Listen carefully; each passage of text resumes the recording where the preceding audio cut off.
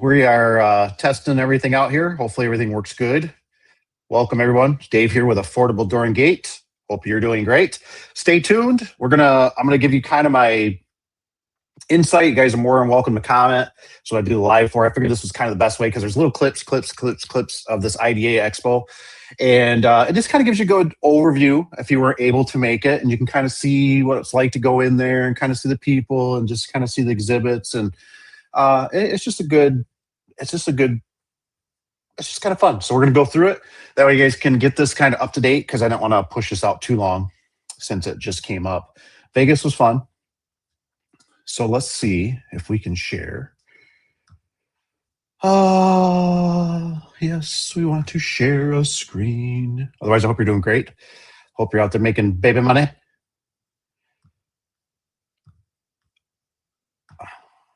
I want to do this share. And if I go, hang on a second, let me just double check here. I think we're good. I apologize. If we go share, if we blow it up, and we'll play. Now, hopefully you guys can hear this. I got to play with this a little bit, so. Looking down to IDA Expo.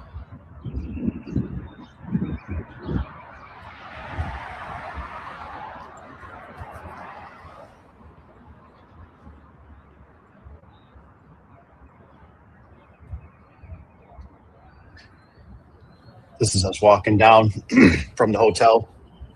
Hotel was really nice.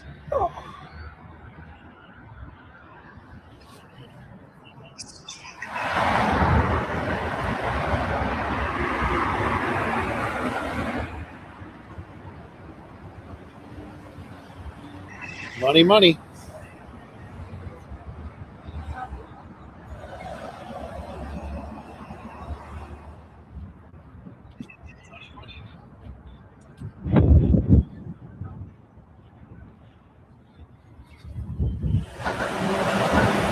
Evan from the house. What's up, Evan? Michigan boy in a different world around here. That's pretty sweet. What's this? Is it a van? Do I smell?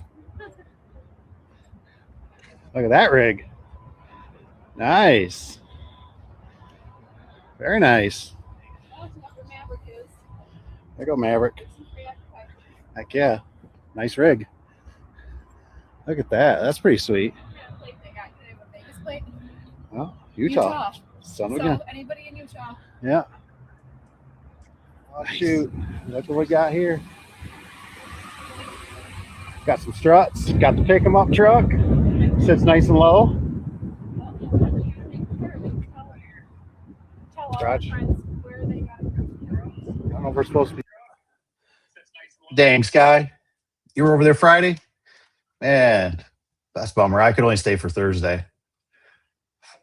Showing license plates so I don't get nobody in trouble. Arizona? Nice. Ooh, look at that. They even got the QR code. That's awesome. Love it.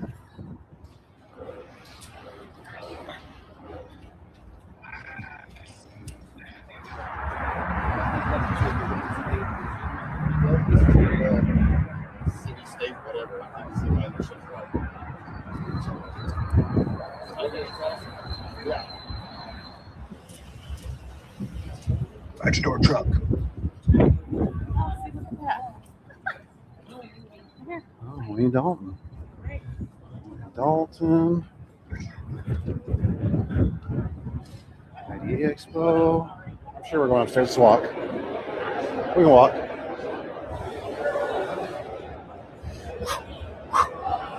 Need to exercise anyways.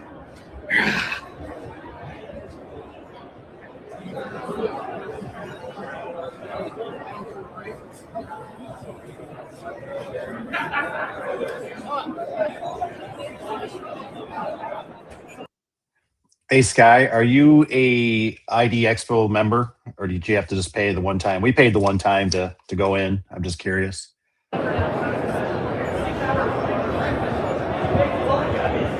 A lot of people. Good crowd. Good crowd.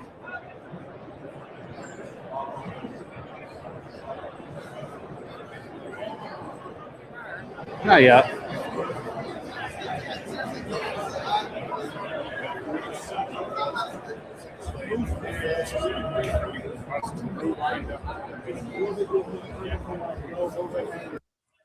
So this device, I don't know if anybody uses it.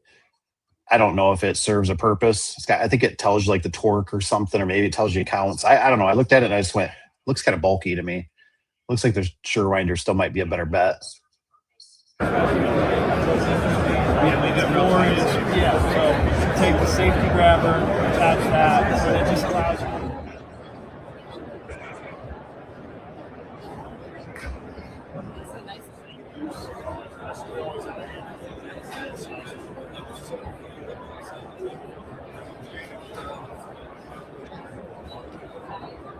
Guardian. All right, mic on.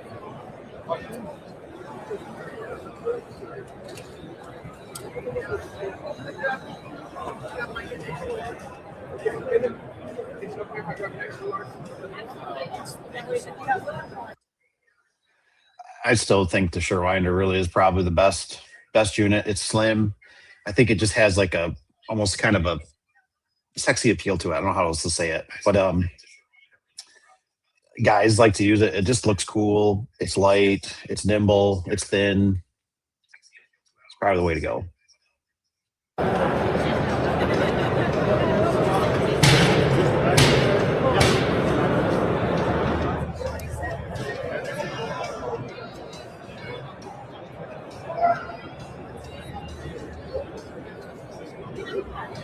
This is where I struggle. I'm sure the guy can do a lot better than I can.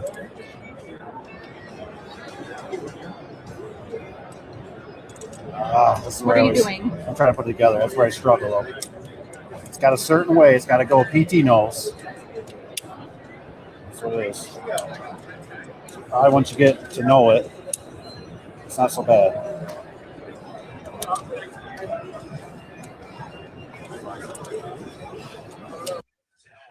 What'd you have to fix on the Guardian? You know, after I seen the Guardian in person, the biggest thing I wanted to see was the rail. I was impressed with the rail. The rail seemed pretty nice. So I think we're gonna possibly try some Guardians when we get rid of some of the retail ones. We'll see. Because we're just having so many problems with the Chamberlains, Liftmaster, wall buttons. Oh, just problem after problem. But he makes a good example. It takes up the other one. The spring turner takes up a lot of room. So.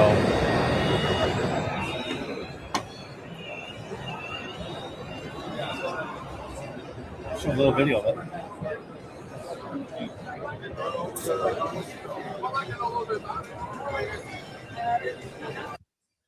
No, actually, the Evan, the Surewinder is it's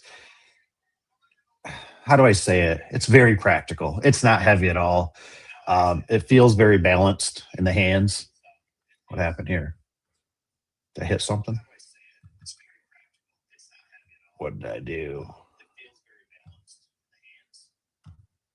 What did I do? What did I do, boo?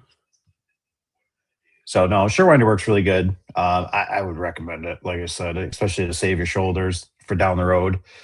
There's some down I've been looking at. Just haven't got my butt out of state to grab some, but I'm pretty sure we're gonna get some more because or get at least one or two or three. They're just nice.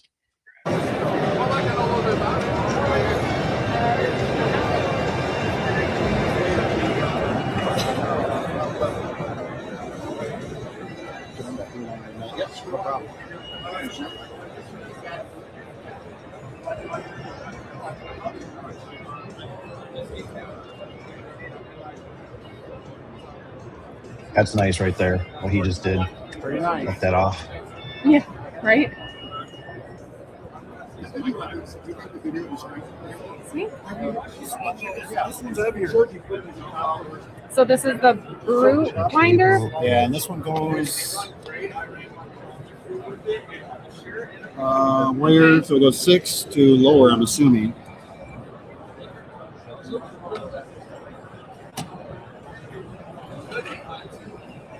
I think you take this thing out for 1.25 inches. So you go 1.25 inches to 1 inch versus you got to buy that whole adapter, you know. Mm-hmm. Oh, that's a bigger one. Yeah, it'll give you some exercise going up a 12-foot door. Exercise. It's good for you though. It really is. You know, like I said, I worked with Josh for a couple of days. Man, I lost like 15 pounds, just grinding hard. But you know, down the road, you'll get a scissor lift. You know, once you start kind of doing a little more bigger stuff, it's coming. I can see it in your future. It is. Like I said, the only thing I struggle with is trying to get it to. Like I said, I'm sure it's just a muscle. Once you learn it, it's not so bad. Pretty nice.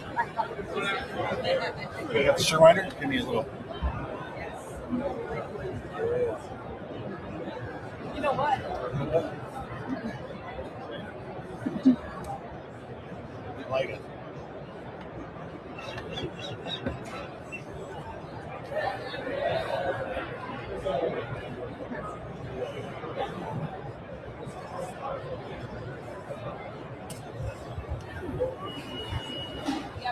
Just so we can get some, because we're going to need some. Do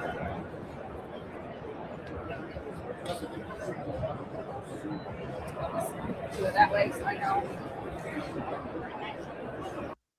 These guys do really good for all kinds of bottom seals and different things. You know, they got all. My one thing I was trying to find that they had 3-inch for a 3-inch thick door. I got some 3-inch thick doors that need some bottom seal. What companies or what?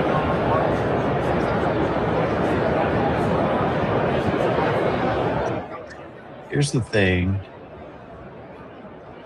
I want to show you right here. I want to pause it right here. One of my vendors, I can't remember what the story was. Either the place was like going out of business. I can't remember. The guy was dying. The guy wasn't going to give the patent up. There was something, right? But you see this yellow sign back there? It says advanced size that says that bottom seal.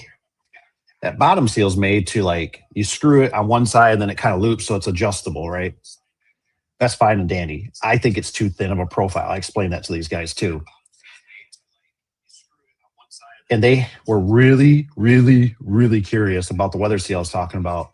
And they said, we need to find that and find who has a patent. And I said, you guys do. But my vendor used to have one that looked like that, but one was like a female side and one side was a male side, and it would click together.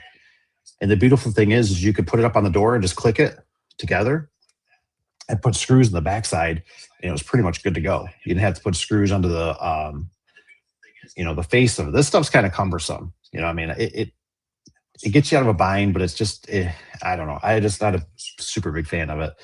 But the other stuff was so good. And it was just it's like a ratchet, you know, it just had teeth on the one side and the other side would push in, kind of like a zip tie effect. You just push it and it kind of click, click, click, click, click, click. So if anybody knows where you can find that or you can get that, please email me at the Daveadubson@gmail.com. I put it in the description of most of my videos below. I would love to find that stuff. These guys would love to find this stuff, but I don't know whatever happened to it.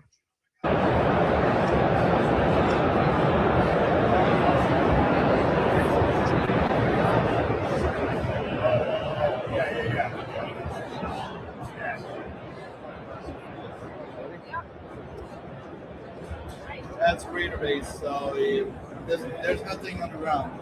It's all from the What's detecting it? on the side. So, Oh, it's got that. Okay. Do you guys sell that independently? well, the barrier is completely independent, so you don't need the barrier itself. What about that? What about that eye though? Do you guys sell that? Oh, you guys have it. Not at the moment. It's not launched in the US yet. Okay. 6%. And then these comfort zone, you can. What I was trying to note on here, and this was just more for a personal preference, is that I've been noticing that more gate operators are going, instead of the ground loops where you run the wire 3 times, you buy the pre loops, they're going to more sensors on the side of the cabinets. And I don't know if that's a bad thing. Loops was always a safe bet, but they're a lot of work. They're a lot of labor, very dusty, very dirty. You got to loop, you got to seal them in. and they can fail. So this might be something we even want to look at. Two, and you can move them. Right here is twice the same.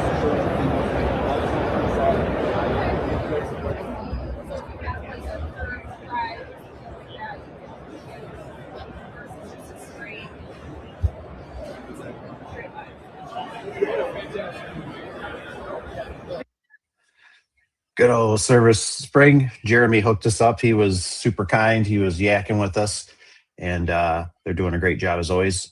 They had some water there. It looked like alcohol. Looked like Miller's, the cold Miller cans. I was like, "Is that alcohol?" It's water. I got a picture of the Wifetron with one, but yeah, they were doing good. The Victa doors they were talking about, they don't have light coming through. They really stressed to make it so light doesn't go through the panels. I am a little more curious on that. Sounds like we can get them. They are delivering farther, so that is nice. So we might have to try some Invicta doors. But here's the reason. I'm gonna explain this to Danny because we experienced this problem. I personally did. I was out actually with my daughter, and the reason you might want to consider colored springs is because I set them down and I took the old ones off, and I couldn't tell which one was the old one to the new one. So I was nervous that I was going to put an old one back in the customer's door. So the color ones, you might want to think about. Smile.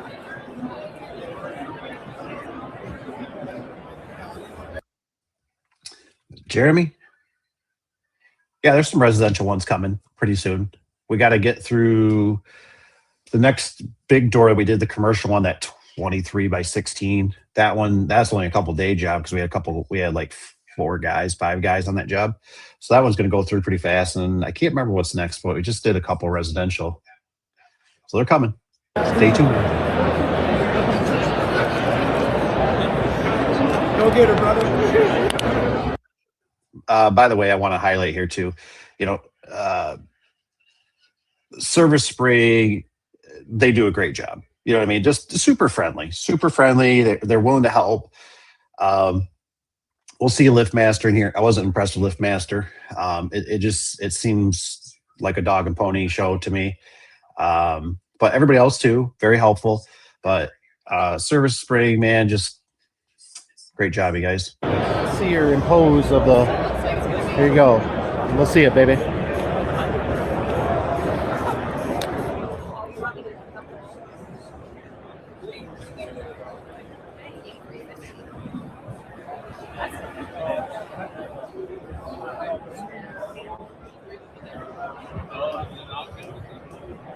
This is the Wayne Dalton 8300 wood grain impressions. Sometimes it's kind of hard because you go through the garage doors and, it's like you kind of know their flaws, their quality of certain things, certain manufacturers and products. And it gets, 20 years into it, you get kind of bored of it. I mean, it's cool that they got all these other colors, but these are not our common customers for us in our generic area. And sometimes these fancy colors turn into these are very high-end customers that want it to match perfectly, and I mean perfectly, to their front door or something. So it's a lot of, it's cool. It's really cool that they got this stuff, but it's hard to spend a lot of time. So when there's innovative stuff like that bracket, we'll see. But it's good. It's good that they got options, You can go. You're totally fine.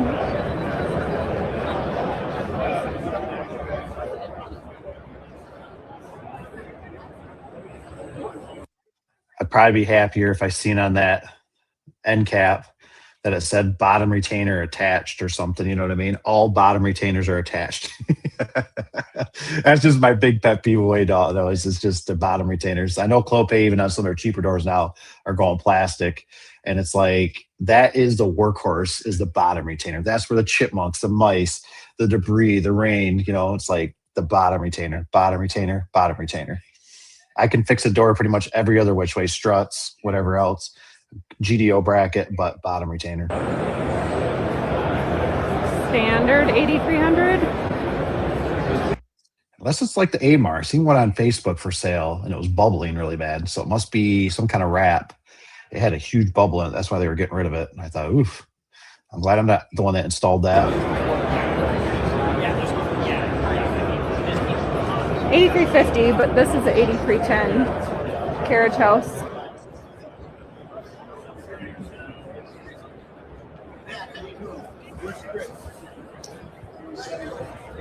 We're here in the Genie booth, Aladdin Connect.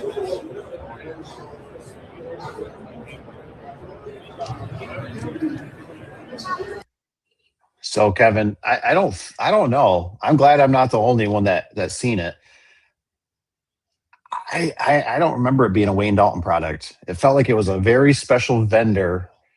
You know what I mean? I could be totally wrong. You know, that vendor is known for not really telling you where they get their stuff in a sense, but I just never seen it again. And I thought it worked very good. Kevin, did you like the product? You know, it seemed like it worked. You know, I don't remember having to try to screw underneath of it or anything funny. It just kind of clipped on. It actually kind of stayed on snug-ish. You know what I mean? And then you just zip it in the back and away you go. It just seemed revolutionary. And then I'm so sad it went away. It's like somebody was like, nope, I don't want nobody else to have this. So here we go, right? We're in the Genie area. Genie's just, like I said, it just feels like there's people here to help. There's stuff to look at. There's products on display.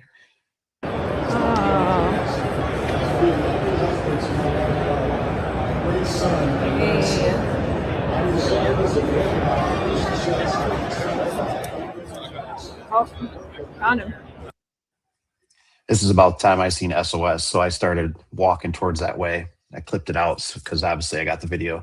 You should check it out, Mr. SOS meeting him. This was a Nemo. Say this thing's a brute. Look at this thing. It's a beast. Look at the motor on this thing. It's all sealed though, probably. I'll show you.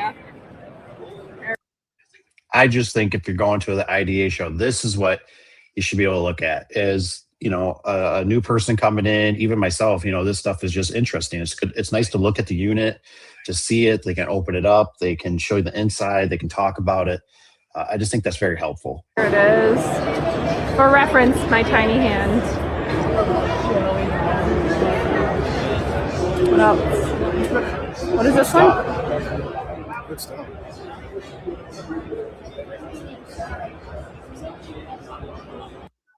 I don't remember the clear plastic on there. I wonder if those things have power. I don't think those things have power. Don't get your fingers in there. Keep your fingers.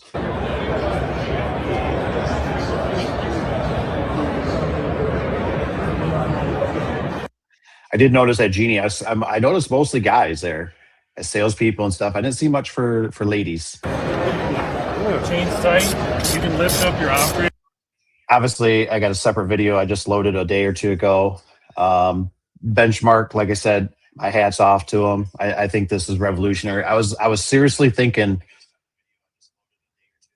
I got another video coming. It'll probably be out Tuesday, and that's the big door that I just did, and it's talking about that shaft on the gear head not being right. So it's inch and a quarter ish, but it's under inch and a quarter, and it's real sloppy. And when I was taking a shower the other day, I was thinking about this, and I thought this would solve. I wouldn't even have to worry about the opener side, right? I would just put the sprocket on there. I wouldn't put a spreader bar in there. I would just have this unit to keep my tension. This is, and something I never even thought about is until this gentleman told me, was putting dual. So I don't know if that's something you can order. I've never ordered it that way. I didn't know if LiftMaster offers that, but ordering dual sprockets and dual chain for like a gear head, I think that's a good idea. I think that would help distribute the load. Because like that big door I've been working on, that thing, man, that's a lot of torque when that thing fires up to make that chain could pop and then you lose your limits. So like I said, I think this was revolutionary. This was the best thing. If they said, what's the most innovative thing you see? This would have been it right here. No way. Here's the thing too. What I love about this, I feel like this could turn into a one-man operation versus a two-man operation. You mount the plate, you get the plate level, everything's golden, and then you just have to stick the opener on it, right? and then you put your bolts in, away you go. And then you have all the adjustment you need right there, up or down, for your chain tension. It's there for the future. The chain starts slacking, it starts stretching. You can crank her down a little more. I think this is just a game changer. I think this is great. I mean, I just wanted to go over and tell Jeannie it's baloney we can't do direct couple on them. It's the next best thing. It is the next best thing. You can raise and lower. You can replace the bearing really easy. You don't have, because this is the end of the shaft. This is the door side. Right. Pop these 2 bolts. You can replace the bearing. And this is great. So there's 4 models. Can you do one for a gearhead, a LiftMaster gearhead? Yeah. So your gear heads, all the gear heads have the same mounting besides the 3 horsepower. Once you have the 3 horsepower, you have a bigger fuel trap. Not very welcoming. I think it came with the TS, huh, Kevin? I don't remember ever seeing it with the Wayne Dalton product. And I've been doing Wayne Dalton for a long time. Which model did he say? I thought he said TS 150. I did a lot of 150s, 125s, 150s. I've never seen it. So I'm not for sure, though. It's a good question. What's up, Mr. Toady?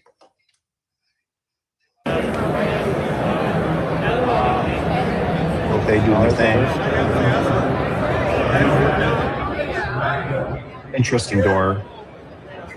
I think they already broke it. I think these are the A1 guys. I don't think Tommy is there. I swear to God, if that was his brother, I think his name was Luke. Tommy got a brother, and Luke sounds just like him. So here's LiftMaster. This was it.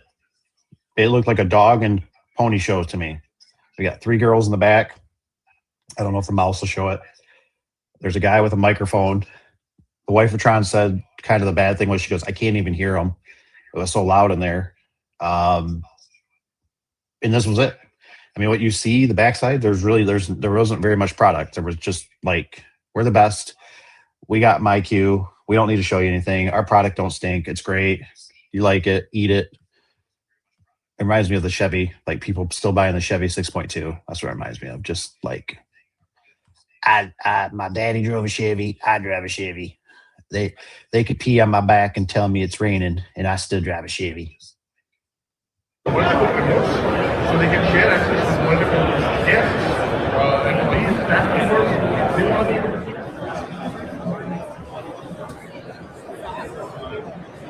Oh yeah. I don't know about this door. I was like, cool, stupid, maybe expensive. A lot of callbacks, problematic. I don't know.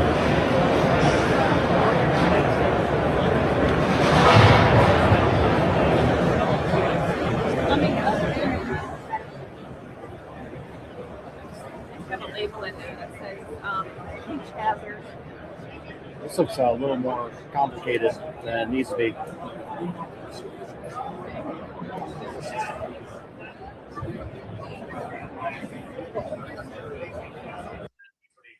I probably wouldn't mind using the nice, now that it's changed, openers, but we just don't really have a good vendor, for getting them delivered.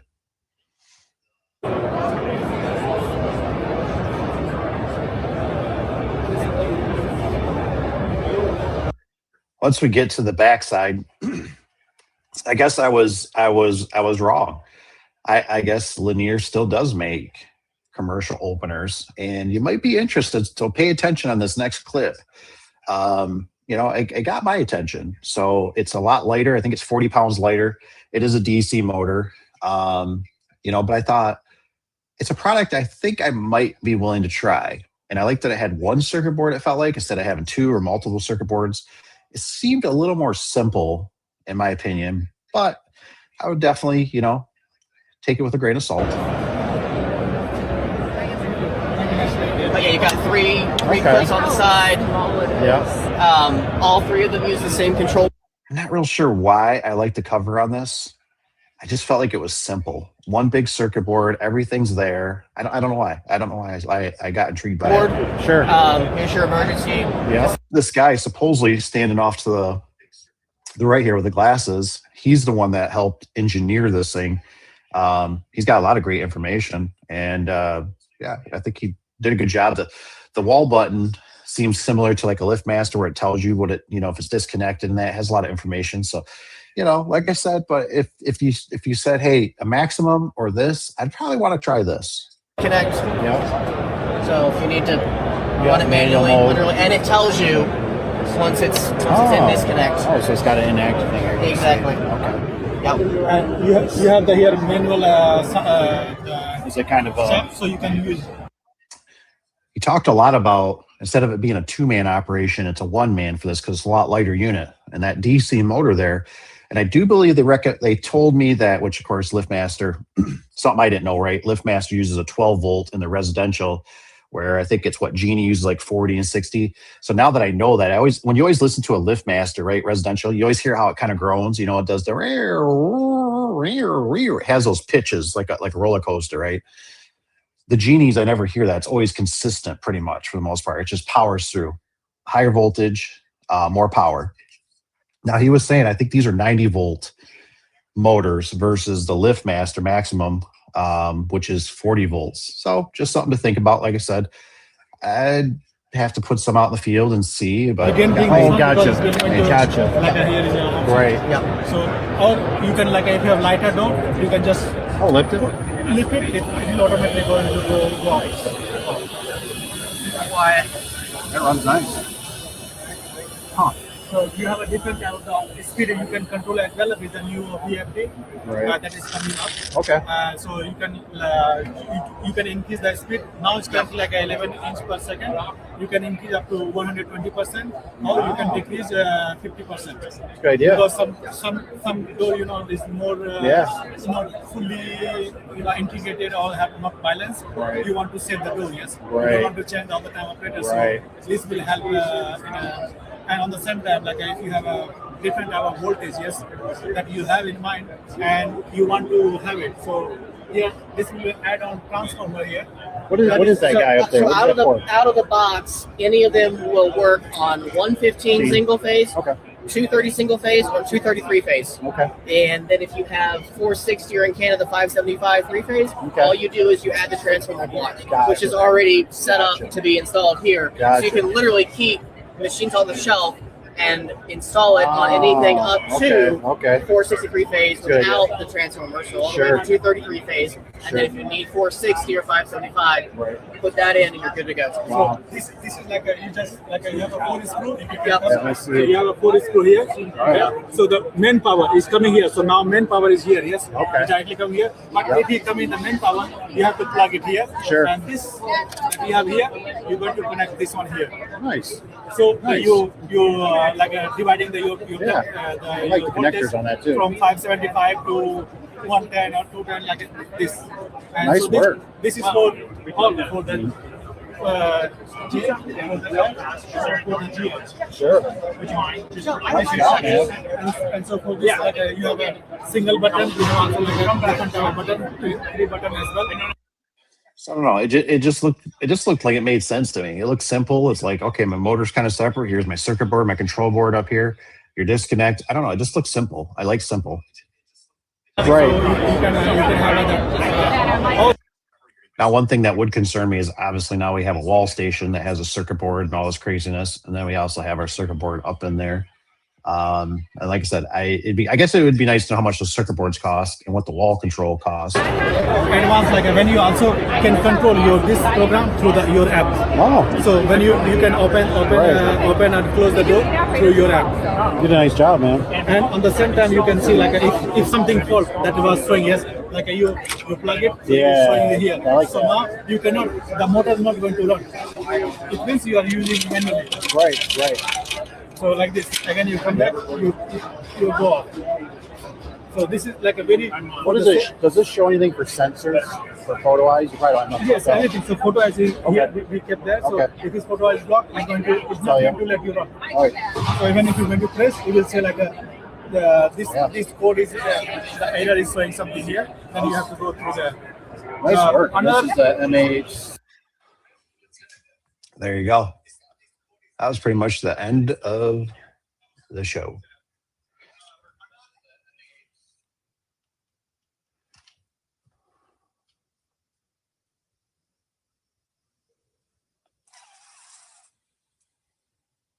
Let's see here. Let me go through some of these comments if I can. What do we got here? What's up? Let's see. Briefly, Tony. If I missed something, throw it back in the comments. Tony, check out. Not much. Tony, gonna go check out a broken spring. Evan, did you get pictures? You ain't got to check nothing out. If you see the size of the door, dimension, non-insulated pan door, you just bring yourself a pair of 207s.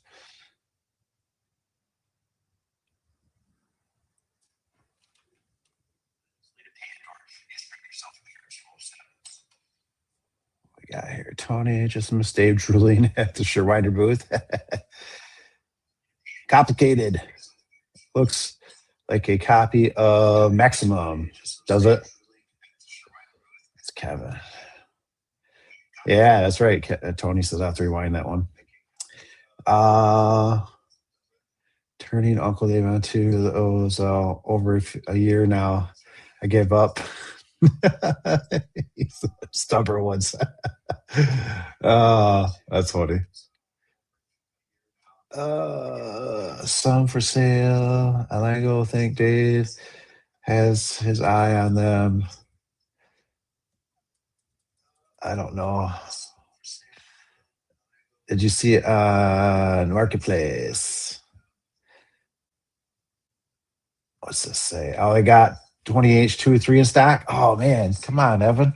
What's the deal, man? You gotta get some 207. Get yourself some 218.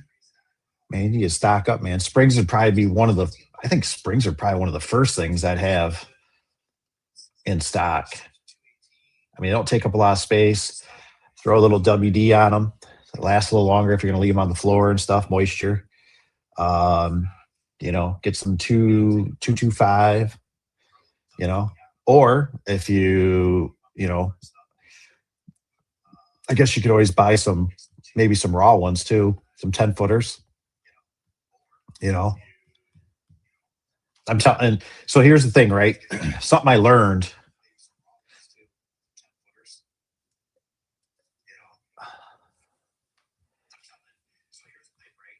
So most of them take to 234, and just something to think about too. Like I said, if you get pictures, did you get pictures from this customer? You should be getting pictures in the meanwhile. Time is your enemy. So in the meanwhile, right, you're setting up an appointment. They say, well, I can meet in 2 hours or 3 hours or after 5 or whatever, right? In the meantime, you might as well be like, hey, could you send me some pictures? And sometimes I just throw out there, like, can you send me some of the outside and the inside? I like the outside because I like to know if there's rips in the door or I see dirt marks. I got one on Marketplace right now. We've been going back and forth, and it's all going to be done by pictures. It's all straightforward. I can count the squares. I can see how many sections it is. Nothing looks odd. It looks like he's already told me it's a 16 by 7. It looks like a 16 by 7. There was a doorway in the way. So I asked him to get the floor to the bottom of the track, and we should be good. So, but like I said, the reason I say the springs is because what I used to learn is that, I'd go out there, I'd clamp it, and then I'd go back. And then what I realized is that it takes time. It takes time and energy to get back in the door, right? So then I've had some too I didn't charge for. That's where I screwed up. I have to at least charge a service call. I have to at least charge for my spring clamp because I've had them before. Something happens. They have a family emergency. Somebody dies. They sold the house. I had one guy call and he's just like, it's working fine the way it is. I'd just rather leave it. And I'm just like, oh, whatever. I'm like, I didn't even charge you yet. So I got to get something out of you. But what I'm getting at is you go out there, if you got the springs, and then if you can see it's a standard door, you can either bring the springs too. You're like, sometimes I look at stuff and I'm like, well, it's either 207, 218, or 225. There's no way it's going to be 234. Things like that. So just stuff to, it took me a long time, but I started getting so busy. Then I started realizing, I'm like, man, I'm so busy. And I got to the point, I was like, I don't have time to go back out there. Like, I need to go out and do another job that produces money. So, every time you go back out, that's like, you're like losing profit. You know what I mean? You're going out, it's another trip, when you could have done it in the one trip and you could have made the same amount of money, you know what I mean? And made better profit. And you wouldn't have to call the customer. You fixed it there. They're happy. You don't have to deal with the spring clamp. So it's just things.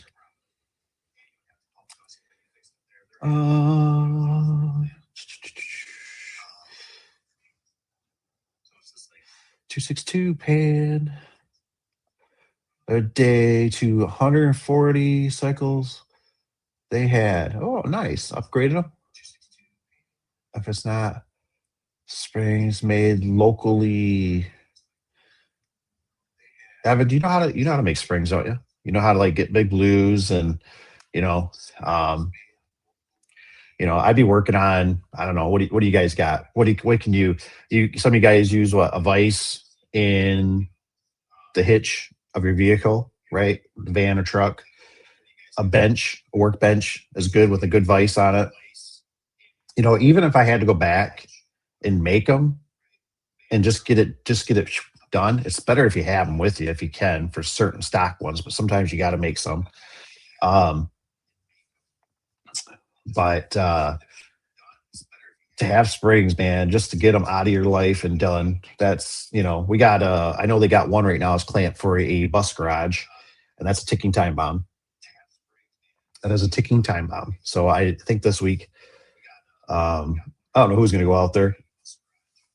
We already ordered the springs, and I think they're like a 3-inch or something. I don't know what size exactly. They're a little bit bigger, but got to get fixed. Because otherwise it's going to break again.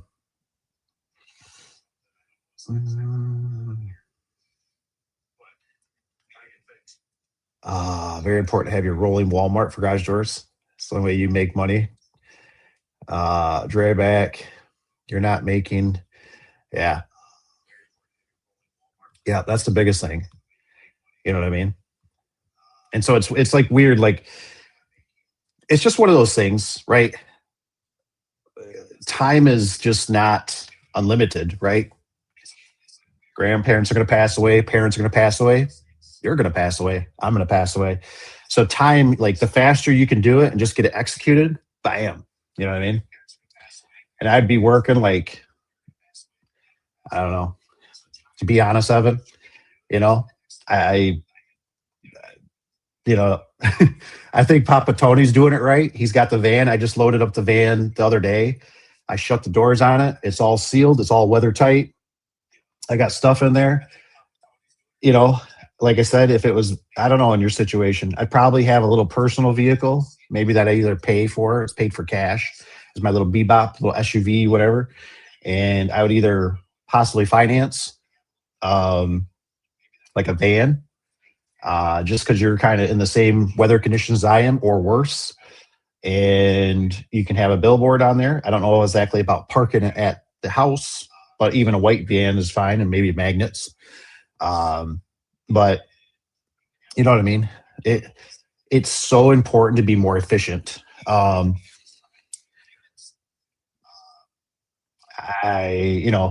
of the vans Caleb used over the weekend, he's got torsion tube on there to do a spring conversion. Everything is able to be locked up on the van, I guess, besides the ladders on top. But, springs are one of those that, what I used to do, especially if I seen a common trend, like if I'm like, I'm using 218s, I'd order 2 sets. You know what I mean? So I would order 2 sets. And then that way, I had another set. But then what's nice, if you have the vise, a way to at least turn them, let's say you got one, they got to shrink 4 inches or 6 inches. You can do that on the fly. Springs are easy money. You know what I mean? They're good money. But if you execute them, the faster you execute them, the better it is. You know what I mean? You show up, you're the hero. You can charge more. I can get you fixed up. maybe they already know what a total is. I have this all the time. Customers busy. They're like, can I just leave you a check? And you're like, yep. And even if I have to run back to the shop and make them or whatever, and, you know, on the weekends, you know, that was a lot of stuff too, right? After hours, on the weekends, being able to make stuff, that's really a good. And if you get some riffraff ones, leave them. You know what I mean? Order some, it happens. And then you got them for other jobs. You can cut them down, hopefully, or whatever. But springs are very important. I can't quite say it in my mind. I think of it as both ways. I think about having the stock springs, and I think about having raw springs. Because I can't tell you how many times I come into where I was like, man, it's 218. Mine are 23. I need 26. Oh man, what do? I can't stretch them. So if I had some raw, I could at least make them. I've taken their old springs down, used their cones, stole their cones, put them on the new springs.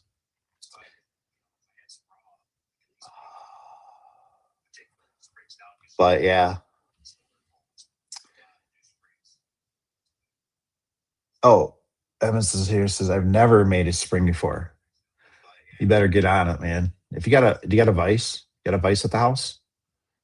If you got a vise, just get a pair of big blues. Like that's the best thing. You know what I mean? Like you know what I mean? I know the feeling. And then when I watched the guy do it, I was like, dude, that's it. Like, that's it. What did I do here? So once you make springs, it's so easy. Like, it's really not that hard. Some of the guys still do it with a grinder. I like a torch. That's just me. But if you can, start saving up for like a torch, and the torch, I don't know. I love having a little torch, especially working on cars, rusty bolts, anything like that. But they work, I don't know. They just work really good. But springs are one of those that, like, I'd be moving up on that. Like, I understand garage doors, and there's a way to do that we get to use the stores a little bit and some of our vendors. But yeah.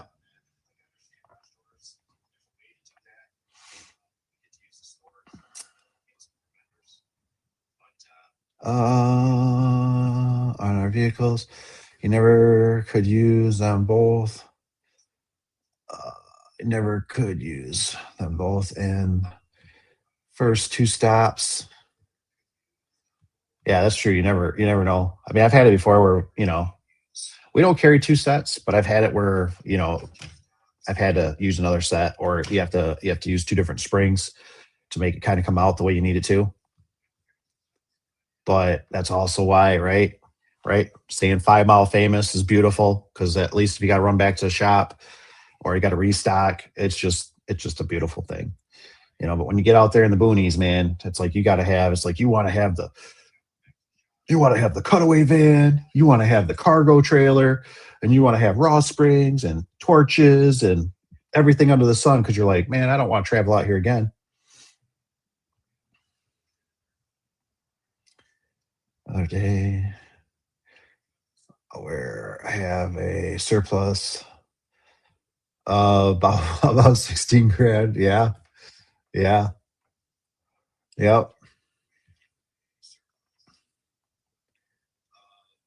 Or a pipe wrench.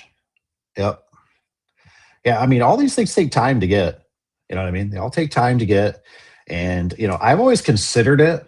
I don't know if it would become a trend or not, but I've noticed that basically nobody carries commercial springs. And I've always thought about carrying commercial springs. And then you start building that reputation. That's like, oh, I know who does have them. You know what I mean? Like I was thinking about the other day, I was like, commercial springs, bigger ones, 3-inch, whatever, 6-inch, and then like weather seal. Like for us, it's like, where do you get colored weather seal right now? Like there's nobody. You can barely get white from any of our lumber yards or the box stores. So I was like, or struts are another thing. Torsion tubes seem like another thing, especially 16, 18 foot. There's little things that you could carry that that you just can't make. You know what I mean? It's just nice to have them. You know what I mean? Like I like to always have a 16-foot solid shaft for our commercial customers.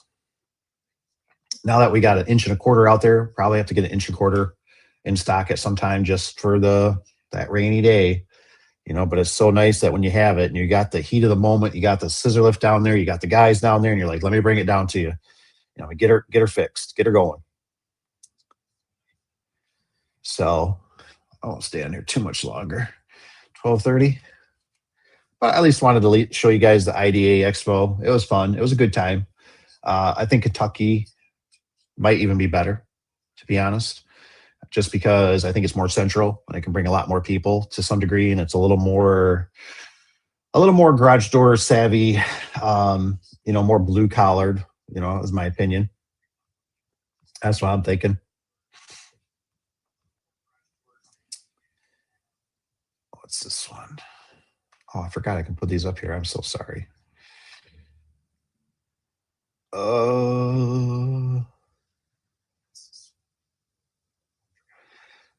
Tony's got on here. He says, Springs, when I went through a time where I could only get nothing, you're not happening again. Yeah. No, it makes sense. For me, it took a long time. I was very stubborn headed. Oh, Papa Tony knows. A sure winder. But I would go out there, I'd measure up the spring, I'd clamp the spring, and then I'd give it a day or two, I'd order, or I'd come back, and I realized I was and maybe it's just one of those things, as you get older, time is just so precious, and it's a numbers game, it's a profit game. And I was thinking, what's going on here? I'm charging the same amount, right, for these springs, whatever it was, 200, 300, 400, whatever the number was, right? And then I'm going all the way back. I got to wait. Now that wait was the worst, because now you're letting the customer get other phone calls, right? You don't know if they called 1 or 2 or 3 other garage door companies. And I was one of them. I would probably still do it to this day. I'd have people call and they go, oh, I already got it. I already got somebody. And I thought, well, here's the thing, right? In a nutshell, you already got somebody. I feel like you wasted my time, right? Now I got to call you back and you're like, oh, I already got somebody. Okay, so you just called an emergency, just called every Tom, Dick, and Harry just to find somebody. And so I'd ask them. I say, well, I'm just curious, right? I might as well get some data out of this. I go, how much do they charge you? I'm just curious. And some people don't mind, They might tell you, oh, for a set of springs, they charge $600. And you're like, how much they charge you? $600? Oh my gosh, wow. Geez. Well, what do you guys charge? We only charge $300. Oh, well, I didn't pay them. Do you think you guys could still put me in? Baby. You know what I mean? And so, you know what I mean? So now they call you. You didn't collect money. You just said, oh, no. I'll just collect when I'm done. Don't worry about paying me now. So you did all that work.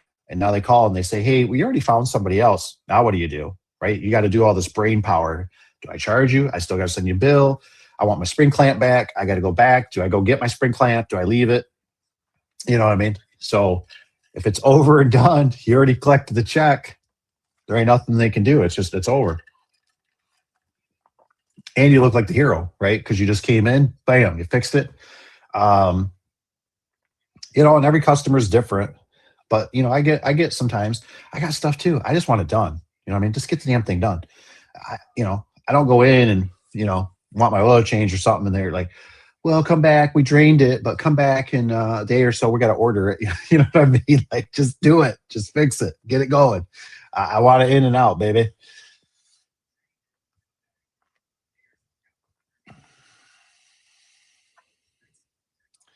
Tony says, I'll be there. Kentucky for sure. What's up, Smith? Hope you're doing good. Yeah, the Kentucky one, like I said, a couple years. It's crazy. I swear they used to do it. They did it every year, I'm pretty sure. Every 2 years seems kind of long. I ain't gonna lie. I'm like, man, 2 years? I don't even know if I'll be alive in 2 years, you know? So, we'll see. All good things to think about. Like I said, you know what I mean? But keep building that stuff. Rich B's in the house. What's up, Rich? Got the old wave. Rich, have you been anything been on your plate lately? Does it seem like things are just kind of still stagnant? Still Indianapolis? That's when I went. I don't remember what year that was, though. It was quite a few years ago for the Indianapolis one. It always seemed like that's what they kind of used to do, was Indianapolis or Vegas. So that's cool. You know, like I said, break it up a little bit, spin it, you know, make it go round. Definitely need to spend some more time there. That's for sure. The one day was just, it wasn't enough. Pick it up a little. Good. Yeah, it's kind of weird. I'm really not sure how this is all going to play out, but this is just, you know, this is one of those things. It's my opinion. With all the chaos going on in the world, I just keep feeling like, are we going to have towards the fall and winter, are we going to see like a huge deficit of energy? You know what I mean? Like, I just keep wondering. Like, it just blows my mind that gas was up so high. They could bring it down so far for the barrel. I know there's like the futures, and then there's actually the real price. But I don't know. It's just weird. It's like, am I missing something? Is there something that we should be preparing for a little bit for the future? You know, it's kind of like my weird conspiracy. I was thinking about how, like, I thought, man, if they did some kind of gas shortage, I thought, well, lucky for us, we get our fuel. That's if they can get it, obviously, but we don't have to play that odd and evens like in the 70s. I thought, so maybe that's a good thing. I don't know. It's just, you hear it in other countries, they're having shortages. So I don't know. It's weird. Tony says, busy, raising prices. It's always a good idea. I know we got, 5% through the Rich B doors. We've got to place an order. I'm hoping we can still get it if we place it Monday. I don't know if it has to be delivered or not to stay in it, but I guess it is what it is. Waited too long.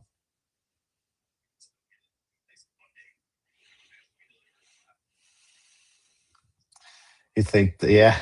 The cat burgers that had a picture of, I think it's going around on the internet. There's a lady on top of cameras. Catch the burglars. Yeah. We still got to put up some at the shop more. We still got to put some poles in. But it's been busy too. Like I said, a lot of fence stuff. Last week was fence. And I don't know. I don't know if Caleb's going to come around to it. He always kind of, I think it's because he doesn't understand it. He'll tell me sometimes, I hate fencing. I'll never do fencing. And then he does it. And then he's like, at the end, he's like, fencing's not too bad.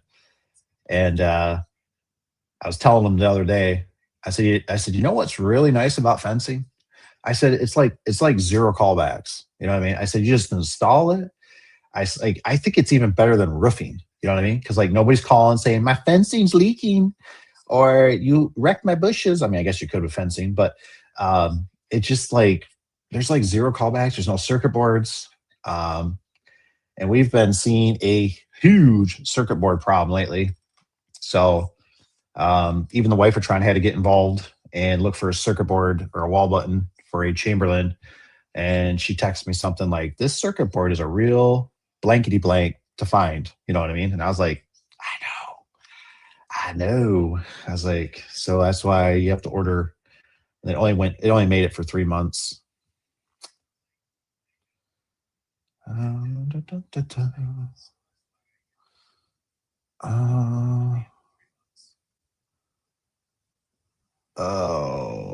What's everybody getting? What's everybody getting for, whoops, what happened here?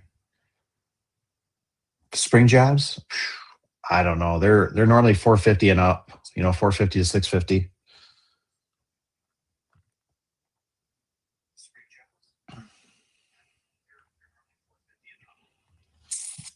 Tony's got, which ones are you looking for?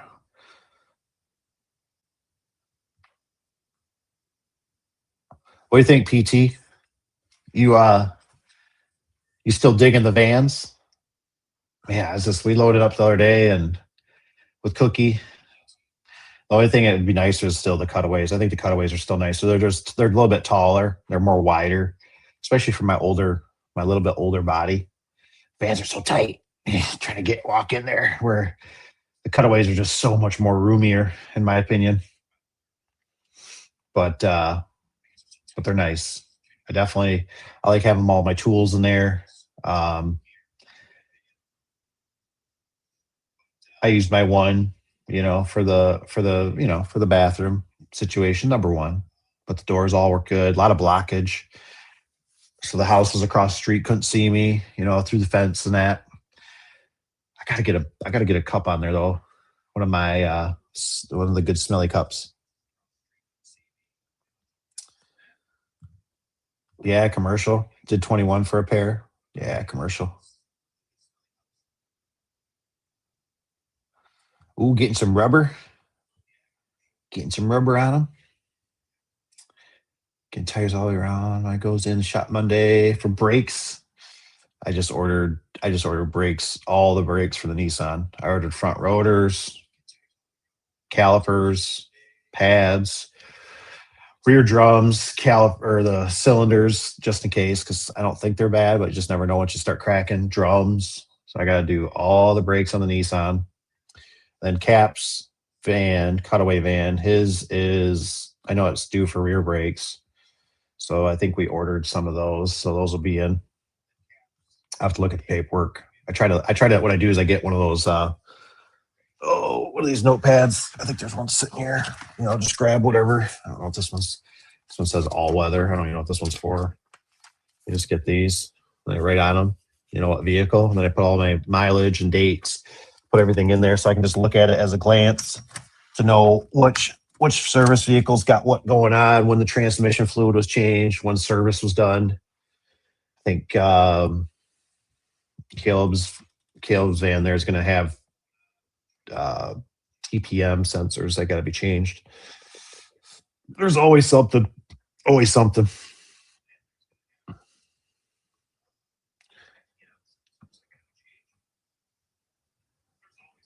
Oh, take away wall buttons to mount a remote to the wall, probably.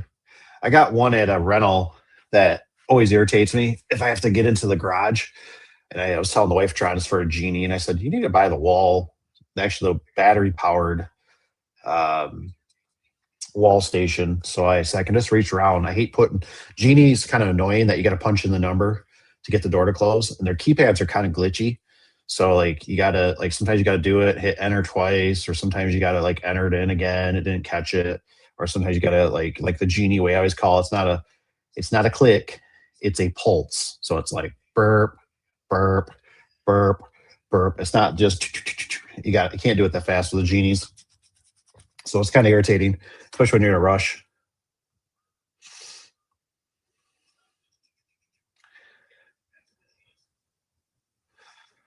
He says, I will say this.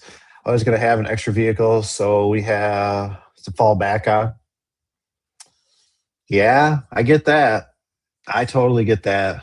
Or I guess the only thing you could do is what I used to do. But I had some weird employees, and so I remember they would what would they one guy was always looking for an excuse to not work. It was always weird. I could always tell the way he drove into the parking lot what kind of day it was going to be. You know what I mean? If it was one of those days where he pulled in the parking lot and he turned to his parking spot and it was kind of that gravelly kind of, that was always that time where it's like you take the cigarette and throw it down, stomp it out, and you go, let's go, buddy. And but I remember I come in one day and he was saying something. He's like, van won't start. You know, just that cocky, van won't start. Guess I'm going home. And I'm thinking, what kind of retard are you? Like, you go home, you don't get paid, and you ain't got a pot to piss them, And so I remember I was like, van won't start? All right, not a problem. I was like, I had another guy there, so I told him, I said, go down to U-Haul. Just go down to U-Haul and get another van. And they did that. And I said, pull your tools off, But it irritated me that they just didn't even want to try nothing. The guy just like, van won't start. Oh, no, no, no, no, no. I mean, we're way too busy. Like, we'll find something for you.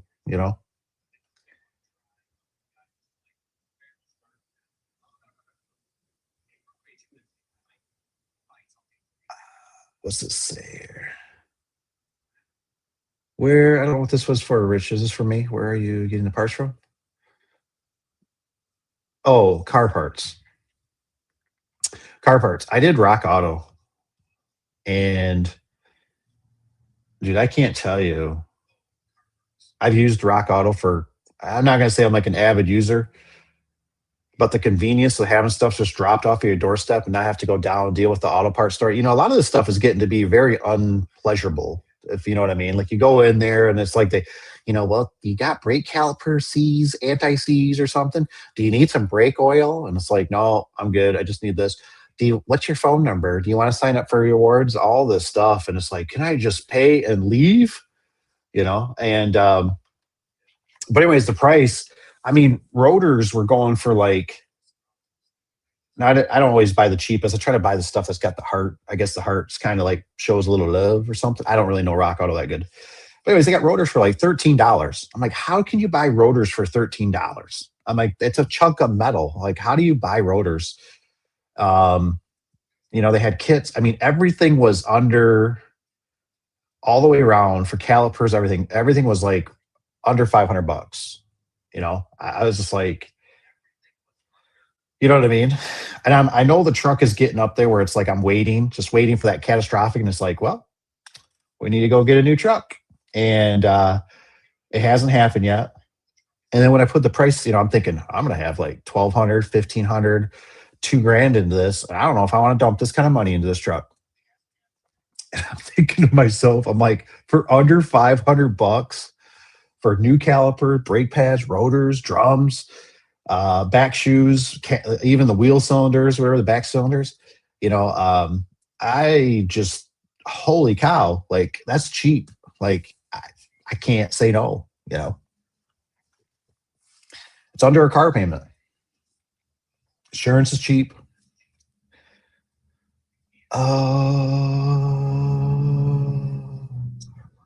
It says, do they not make key switches anymore for Genie's openers, draw connect switches, whatever it's called? I'm sure they do. I think Genie could still do it. The problem is that wall is drywalled and everything, so it'd be a real bear to get the wires. So, but it'd just be nice to have a wall button on the inside to push.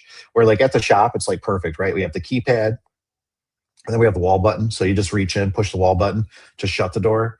But yeah, the key switches, I think you still can do them on the Genie. Can't do them on the LiftMaster or Chamberlain, but Genie you still could.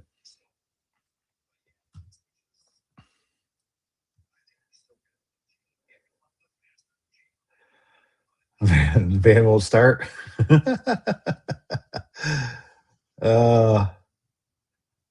That's right. Go fix that.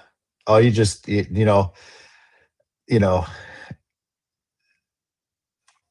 Oh, see, great minds think alike. Rich's guys, I do a lot of rock. I just can't believe the prices. I mean, it's like half the price, at least, under what you buy at the O'Reilly's or whatever. You know what I mean? And there was like a little clip a while back ago. I was showing like a guy walking through like a Lowe's, and the guy asked me, he's like, "Hi," he's like, "Can I help?" And the guy kind of looks at him, and it's a joke, meme, whatever. But he goes, "I know more than you," And I go into these places, and it's like they confuse me more than they make sense. You know what I mean? They just don't know the product. They don't know it's like what year. Where I can just sit at your own desk, your own comfort, order everything. It comes. Now, it takes a lot of discipline. So, in my humble opinion, you have to be ahead of things, right? That's the big key to life. You want some life advice? You got to be proactive. You got to be looking for the future. So right now, I'm getting close. I started hearing a little bit of noise. I did check the brakes, but I didn't realize the brake pad was wearing on an angle. So I started hearing a little bit of noise. It's not grinding yet, but it's very close. So I finally heard the noise. I investigated the noise. I looked and went, oh, I said the brake pad's tilting. That caliper has gave me problems. So we're going to start with the caliper. If it consists, obviously, brake hose, we'll go from there. But I've had that one, I think, lock up a little bit and heat that rotor up. But so I'm being proactive. I'm going to get all this stuff. And I'm not sure exactly how I'm going to approach it yet. I might just do the front in one day or whatever, and then do the rears later. But if you wait to the very end and you're not doing the maintenance or checking out your vehicle or rotating the tires and checking things out, that's the big thing. So you got to be ahead of the curve. I ordered some brake cleaner, in preparing for this adventure. So there's a lot goes into it, especially as you grow up. There's a lot that you can do.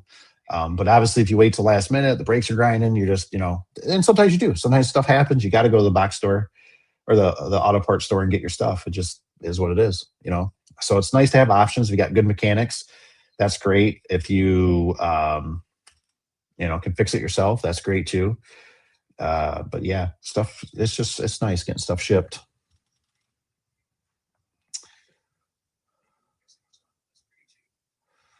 For radio, wanted to charge subscription to the radio for their 2007. Haven't had time to look into it further. It wouldn't surprise me. It would not surprise me. I think I thought I sent it to Rich B. I'm not sure if I sent that one to him, but they were talking about how they're all this eye stuff. They think you're impaired. The vehicle won't start or won't let you put it in gear. There's a lot of stuff. I don't even know. I was thinking the other day, I still, like I said, I got those Dodge Rams. They seem like they have the best powertrain, but they got so many electronics. Even the South Main Auto guys had wire issues, corrosion.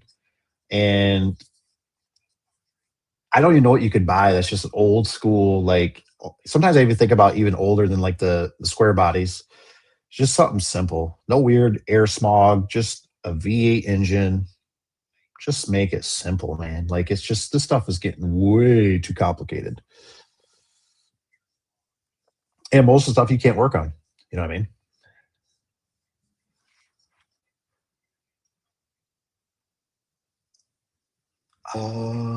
That's how my wife's car is. Evan says with the remote start. What year was that car, Tony? It's kind of weird thinking about that car start, because my buddy works at he actually owns, they do a car, whatever, tonneau covers, toppers, Rhino liner, Line-X, all that kind of stuff. And he told me one time that he said, you'd be surprised that most cars already have it built in for remote start. It's not activated. And I was like, really? He's like, yeah, it's like we have to put like an accessory in it to make it so it works. But all we do is either just plug something in or whatever, and then you'll have remote start, give you a different fob. And I'm just like, that's weird. You know what I mean?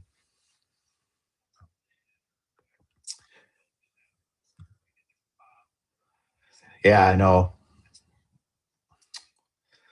Check the hoses. I don't know really what to look for on the hoses. I mean, I know obviously if they're cracked or something looks funny, but I figured I'll try the caliper if something acts up.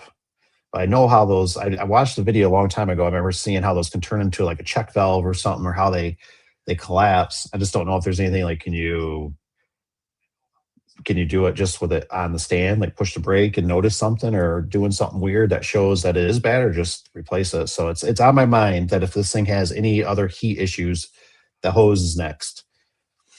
But I'm sure it needs new fluid, flush through everything. So maybe that's why I did the rear wheel cylinders as well, because I saw, how it is, you break the bleeder and it breaks off or something. So I might have to put new wheel cylinders on it.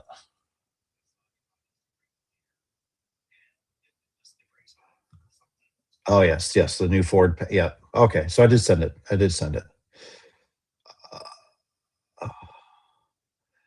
2024. Man, that's crazy.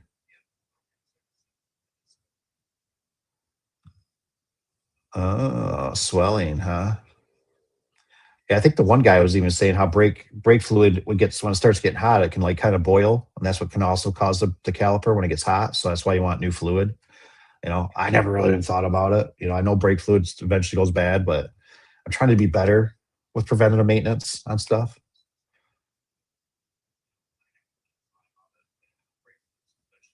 Oh, let's just say, yeah, there's brake lines will collapse. It will be an impulse. So I have to keep my eye. It was really weird. The only time it did it was on the highway. We jumped on the highway. I actually had all the kids. The wife was with me, and we cruised down the highway, not very far, probably 3 miles or so. We went to get off the highway, and it was like, man, it was all of a sudden like the truck was doing that shake. I was like, holy crap. It's like, this truck's never done this. I was like, what is going on? So I pulled off into a parking lot, did the walk around. I knew it was a brake caliper getting hot. It felt like, found the passenger side. I was like, that's strange. It's never done that before. It's never done it again.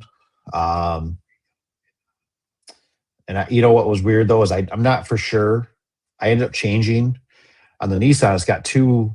When the brake pedal comes up, the metal piece, it's got two things that it touches. One is for cruise control. I don't know what the second one is for. I can't remember. One was for cruise control. I just did the research. Well, anyways, one day on my floor mat, I seen a piece of plastic, and I was like, "Where'd this come from?" The rubber grommet it butts up to broke, so my cruise control wouldn't work anymore, and that's to detect that the brake is up, and it's made so obviously if you start touching the brake, it kicks it out of cruise control. So I ordered a new one, and it was just a fuzz thicker, and I kept thinking, I wonder if that fuzz thicker is pushing a little bit down my brake pedal, and that was causing it to drag. So hasn't happened really again. Just something I have to keep an eye on. So older vehicles, what do you do though? The newer ones have sometimes worse problems. Who's the guy? The Toyota guy. I just watched him talking about his Tundra. I value him because I think he gives you an honest opinion, and he works on Toyota. But he was recommending. He said I would not recommend buying one of these newer gen Toyota Tundras. And I thought that's sad. He took his rear end. I think he's only got what has he got? 10,000 miles on that truck or something. I can't. He had like big chunks on the rear end. I was like, holy cow, man! Like I would be not real happy about that either. I think he's changing his motor oil every 2,000 miles because it's got turbocharged, and he explains it very well why turbos, in his opinion, why the oil gets blacker sooner. 2 air filters on that thing. Wow.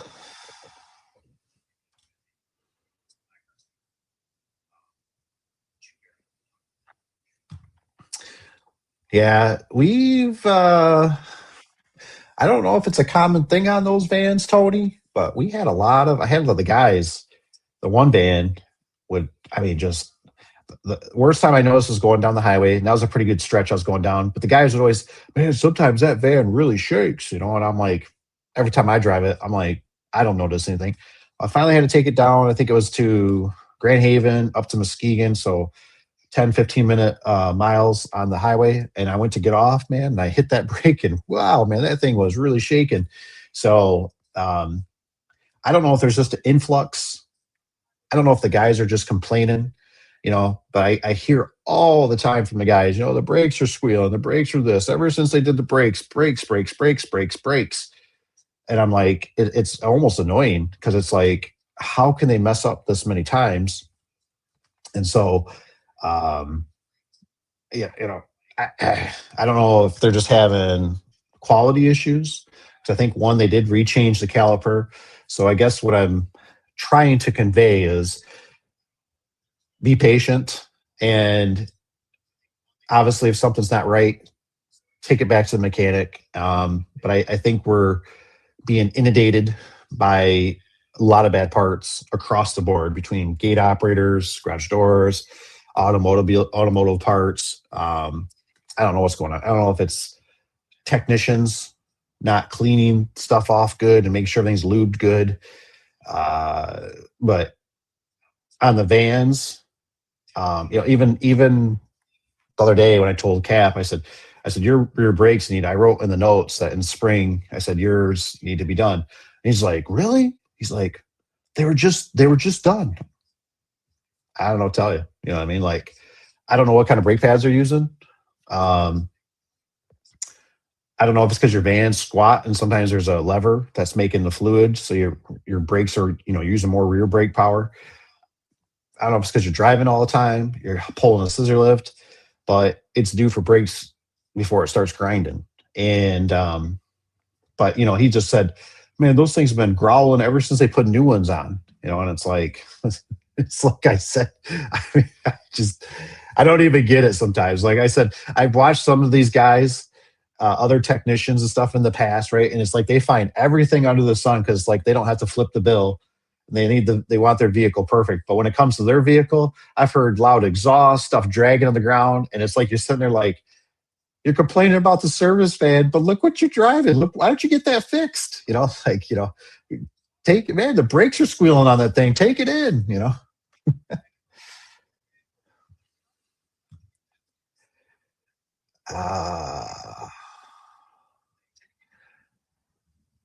Oh, that's the brake caliper. Yeah. That's why I said I don't know how many miles it's been ever since I bought the truck, on the Nissan. So I just figured, you know what, I'm gonna do it. But I might hang on to the old ones still. You know what I mean? Because the new ones might be more problematic than the old ones might be be better than the new ones. I don't know. You never know.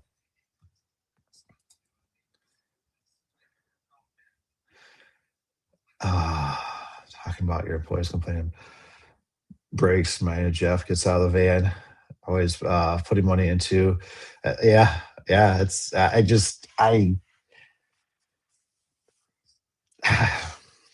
don't know what it is. I don't know what it is. I've just never seen. It was even like that day when the one guy came in and he's like, he just comes in and he's like, fan won't start. Like, guess I'm going home. And so I was like, I just didn't have the time.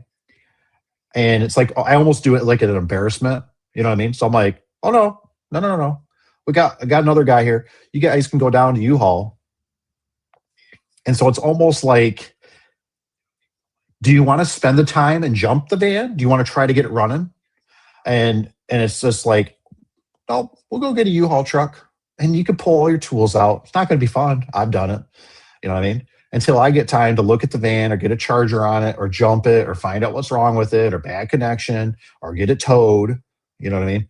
But no, we're too busy. We can't just abandon today. You know what I mean? We're going to get customer schedule.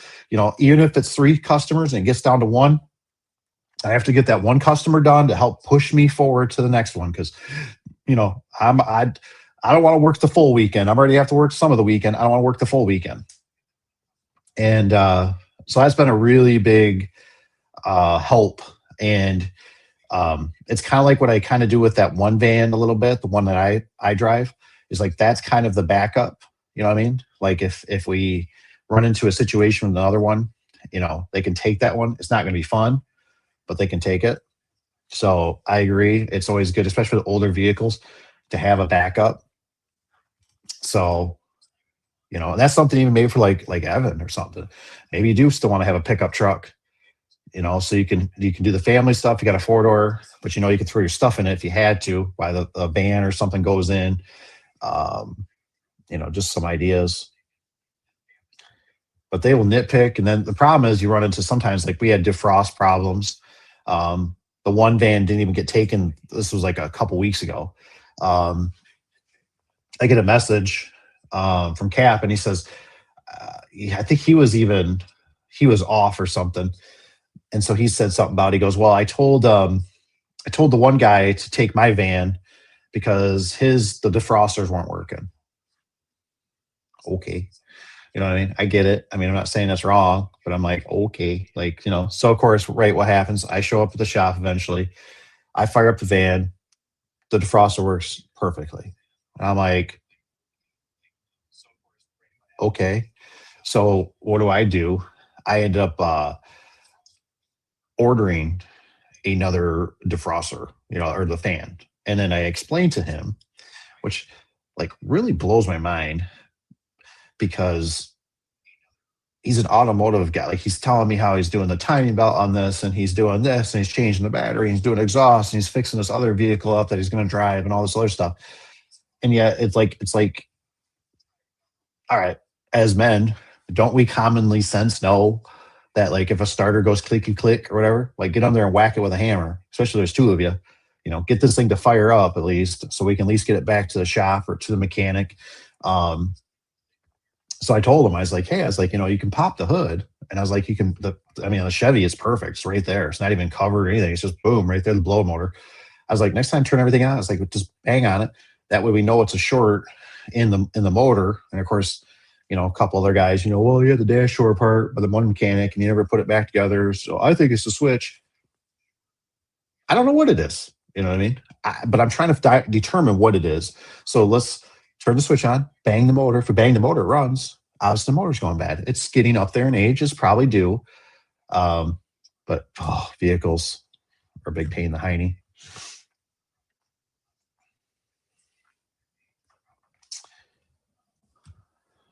Junk for sure across the boards.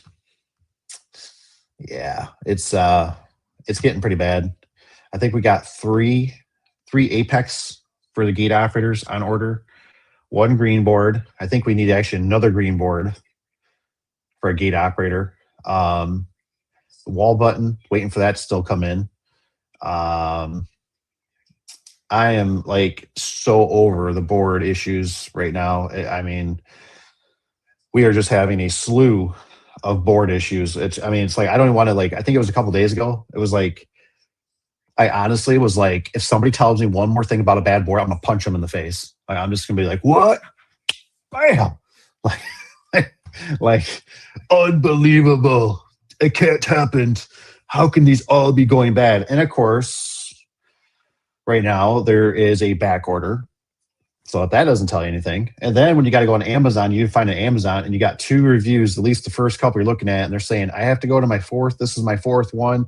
The other 3 failed. This was a problem, blah, blah, blah, blah. And you're just going, oh my gosh, like, what am I buying? What am I buying?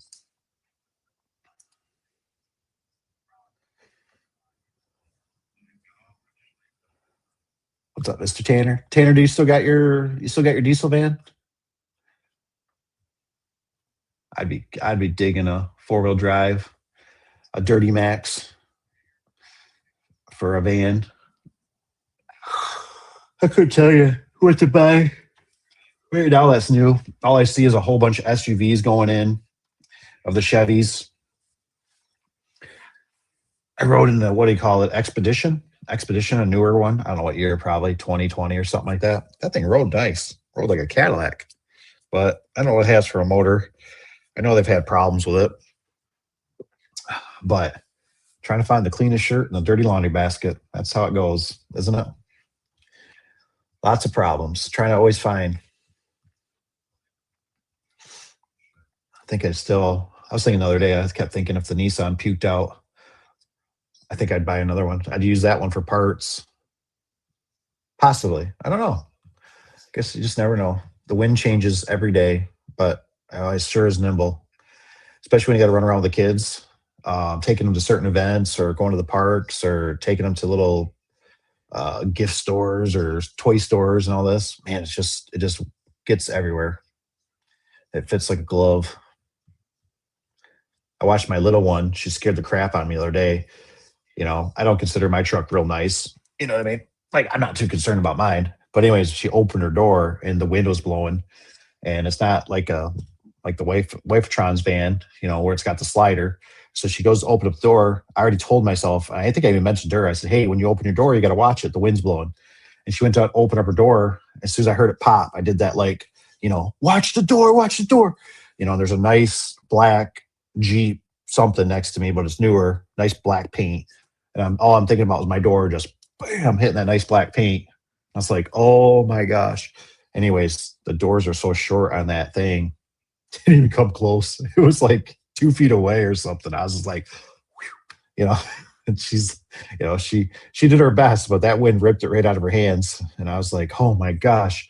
Thought if we would have had an old, 77 Oldsmobile Cutlass Supreme or even the 87 or whatever, or 86, like my mom, had those things, those doors, man, those things stretch a mile. I mean, I still got a scar above my eye somewhere. My mom clunked me with one time, laid me on my butt.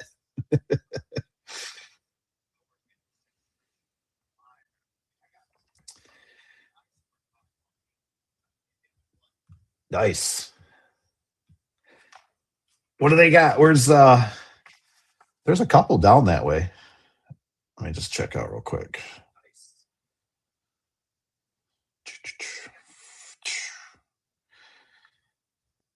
Dun, dun, dun, dun. Oh, that's what I want.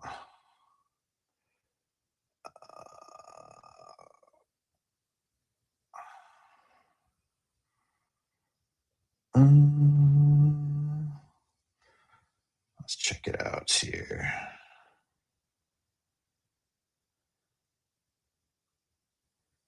Oh yeah, is that Tony? Is that the guy that does he have two of them?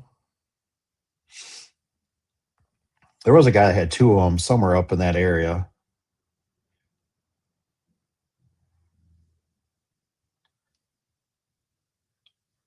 Just remember, he only takes cash.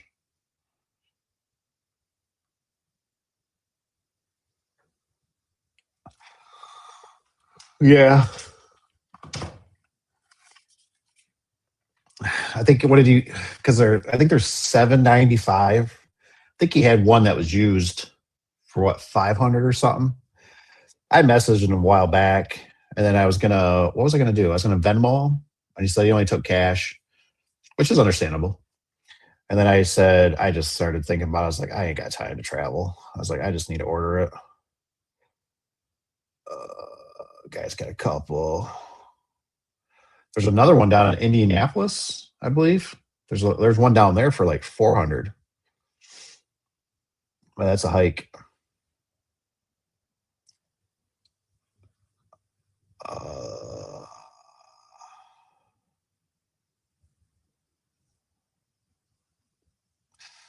All right, take. Is the cash? I would say yes.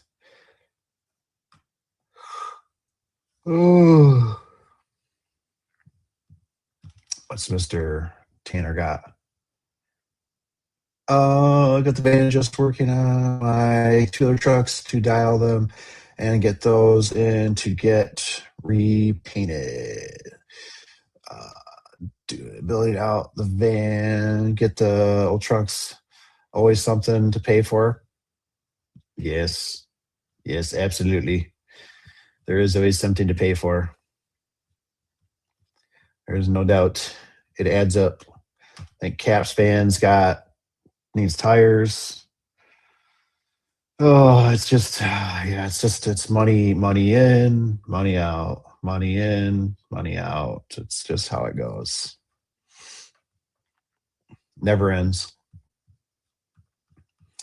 But I have been watching. I've been watching my one guy. There's a guy out there that's been doing some solar power. I'm starting to get a little more curious because electric bills are starting to get a little bit on the pricey side.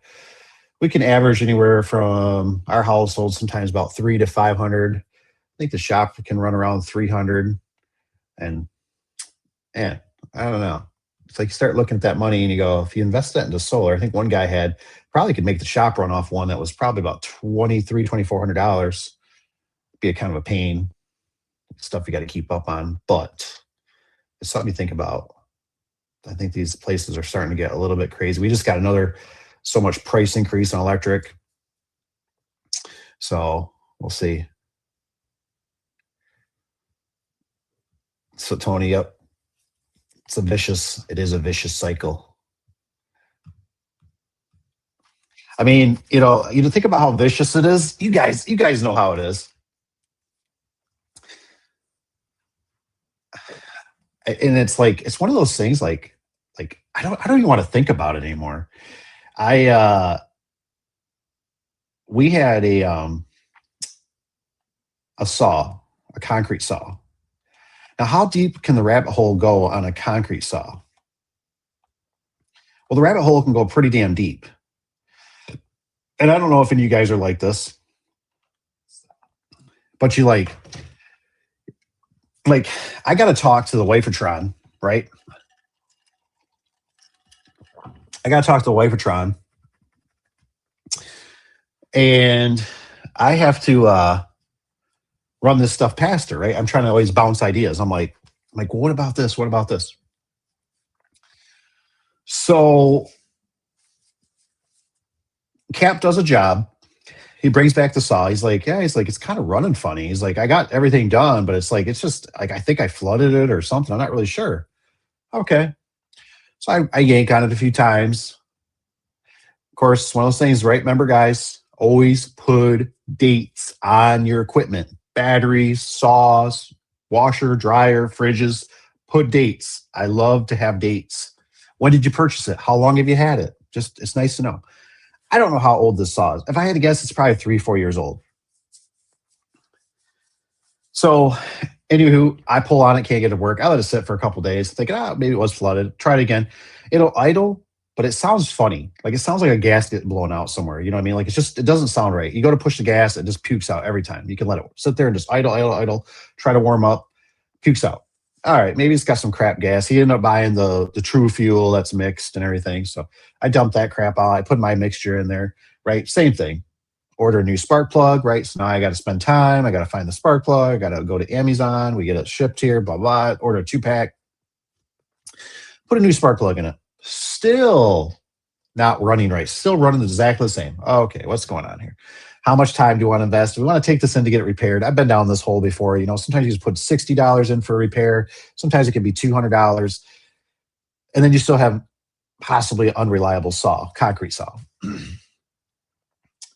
Okay, well, you know what? It would be nice is possibly, maybe should we just do an electric saw?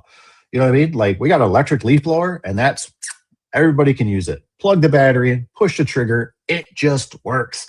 You don't have to worry about nobody, because there ain't no farm boys anymore. You know what I mean? There ain't no boys that are working on the old grandpa's tractor and had running an old John Deere or whatever, So go down that rabbit hole. Those things are pretty expensive. Then you have to worry about, we got to you get 2 batteries, but you might want 3 or 4. Well, the batteries if you get the big ones for the big Milwaukee, those are $600. Holy crap. What if somebody leaves the power pack charging at somebody's job site or whatever? You lose that. Holy cow. Whoa, man, this is that. Now, here's the thing. You can go to Blades Direct. You can order so many blades and you can actually get free blades or not free blades, but a free saw. Okay, so what's the math on that? So now we do the math on that. Well, we're using the wrong size thickness. You want a 3/16. B and D, I think, is the ones that sell them. Those blades are probably whatever. They're like $200-300 a pop. Holy cow, blades are expensive. So you know what I mean. So then it's like you focus on the blade, then you think about the saw, and I really still don't really quite know. You know what I mean? Then I heard the guy talk about the saw sitting in the sun. It heats up, the batteries heats up. I've had that problem with other power saws. So now, but we don't do a lot of deep cutting. We just do real shallow cutting for loops. And maybe loops are going away. I don't know.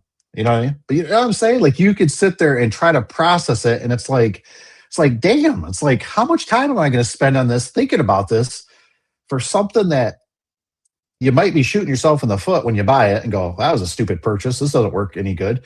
Your guys are complaining about it. Now somebody steals it, somebody leaves it behind, falls out of the back of a pickup truck or a van, and you're just like, dude, that's a $24, $25, $3,000 piece of equipment. You know what I mean? So it's just like, it's just mind-boggling what you can go down these rabbit holes when you look at stuff let's like the Surewinder, right? Let's say a Surewinder, right? Oh, you got to drive there. You got to spend time there. You're losing time with your family. Right? We get in a car accident. We got to go purchase it. The guy sells it. There's just all these variables and all this stuff that we deal with. That's just like, it's amazing to me. It blows my mind. I don't do any natural gas. It's all either propane, electric. Yes, it can go very deep. Just like with the vehicles, you know what I mean? That's what always irritates me about America. America. You know what I mean? Like, I don't know. It's just weird. It's like watching the Trump thing last night and that shooter guy come in, and then they got the most like pathetic video footage. I mean, people there with their smartphones, I think, were getting better video than what they got in the whatever it's at the I think it was at the White House. I'm not sure. I didn't really follow it. I just seen it kind of happen, and I heard a couple bangs, and they yanked people down to the ground, and I'm just like, how did this even happen? Like, and then how do we have such crappy footage? Like, whatever happened to Charlie Kirk? Like, if we can't figure this stuff out, like, come on, man. Thing by steel, buy premixed, and buy premixed gas. I know. I think you're supposed to mix. I always use AMSOIL. I use the AMSOIL premix. Seemed to work pretty good, and buy the non-ethanol gas. But you know what I mean? Like, I remember I was up at a job. I was working for a DPW. Had a couple of young kids with me, and we're out there saw cutting. Right? It's a hot summer day. It's like you want to have your shirt off, but you're at a place you really shouldn't have your shirt off.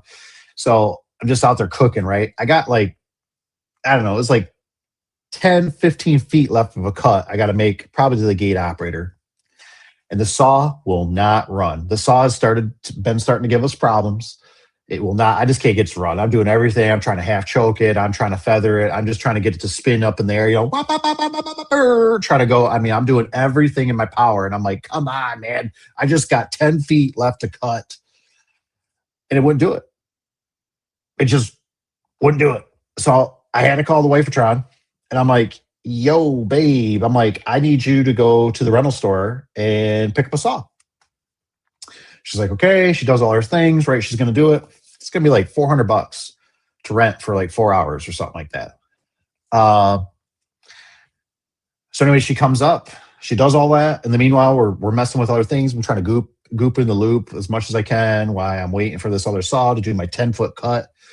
She shows up, right? She got her smile on her face. She does her opens the side door. I grab it. She's like, okay. She's like, you're all set, And I'm like, no. I'm like, don't leave. No. She's like, what? What do you mean? I'm like, all I got to do is this little, you guys know how it is, right? As men, right? It's like, I'm trying to convey to her, like, since we didn't buy another saw, like, we just spent $400 for 20 minutes of work, and your time, your gas, your energy. And now I'm going to make this cut, and I'm going to give it right back to you because I ain't got time to go take it back because we were just slammed. And you can go take it back for me, please. So I make my little cut. I hand it back to her. It's all dusty now. Whatever. They can clean it. Their problem. But what a pain in the butt. So after that, I messed with that saw. I think that was after I already messed with it. I tried cleaning it. I tried tipping it. I tried all this stuff. I said, this saw is unreliable. I cannot have this happen in the field. This was ridiculous. We just spent $400 that could have went towards another saw. Unacceptable. So we bought a new saw. And of course, right, it comes back into your life. I give the saw, either give it away or sell it for a very cheap price to a former worker. And of course, you know what I mean? It's like, it's not bad, but you know what I got to get? I got to get a call like 6, 7, 8 o'clock at night, right? I got to get a call on this saw, right? Sometimes this is why I can see why people like millionaires and like they just throw things or they just trade their car in. You're like, why would you trade your car in? They gave you $3,000 because it's one of those things, right? We have to elevate our minds. We have to think like millionaires. It's just like the airplane. Do you want to own the airplane? Nope. Don't want to own the airplane. You just want to ride on it, right? I don't want to be the captain. I don't want to be the co-pilot. I don't want to be the people that serve you the drinks and that. I don't want to vacuum it. I don't want to wash it. I don't want to de-ice it. I don't want to fix the motors. I just want to ride it. Take me where I got to go. So anyways, so I sell it to him, right? Or whatever. He calls me whatever a couple nights later. He's like, hey, man, you know what's wrong with that saw? I'm like, what was wrong with that saw? The fuel filter was plugged. Oh. I didn't look at the fuel filter. It's got the internal fuel filter in the tank. I don't always run the saw. I always try to make sure I didn't let dirt go in the saw. I'm not saying employees did. I don't know. So he could be right. He could be right, but he could also be wrong. He could be not out in the field and running it. It could have told me that, and then it failed again on him, and he never told me, hey, I was wrong. It was actually something else. Thing's a piece of junk, blah, blah. But he has to call me and tell me, hey, it's just a fuel filter. I'm like, now I feel like a real donkey because I spent hours on that thing, screwing with it, turning the dials on the carburetor, all this stuff. Couldn't get it to run. Said, forget it. We'll just get a new one and be done with it. So, you know what I mean? But you spend all this time thinking about it and manifesting. It's amazing. It's amazing. There's like no return on that, right? It's not like you had a phone call with them or maybe you got some knowledge. At least I guess I knew for the next one, possibly look for the fuel filter. But the hell are these guys putting in it? Sand? I mean, what are they doing out there?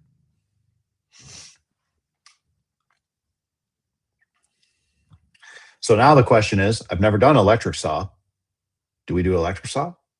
It's just plug and play, baby. But the batteries, how long the batteries going to last? Where are you going to store them? You got to bring 4 batteries to a job site. Ooh, what if they get hot? We do a lot of stuff in the sun. Do you do gas? I don't know. Another thing the guys don't do is they don't dump the gas out and run them dry. So you got to watch all that. You got to manage all that. Do you do it for them? Do you make them do it? Do you put instructions on the side of the unit? Please empty out when,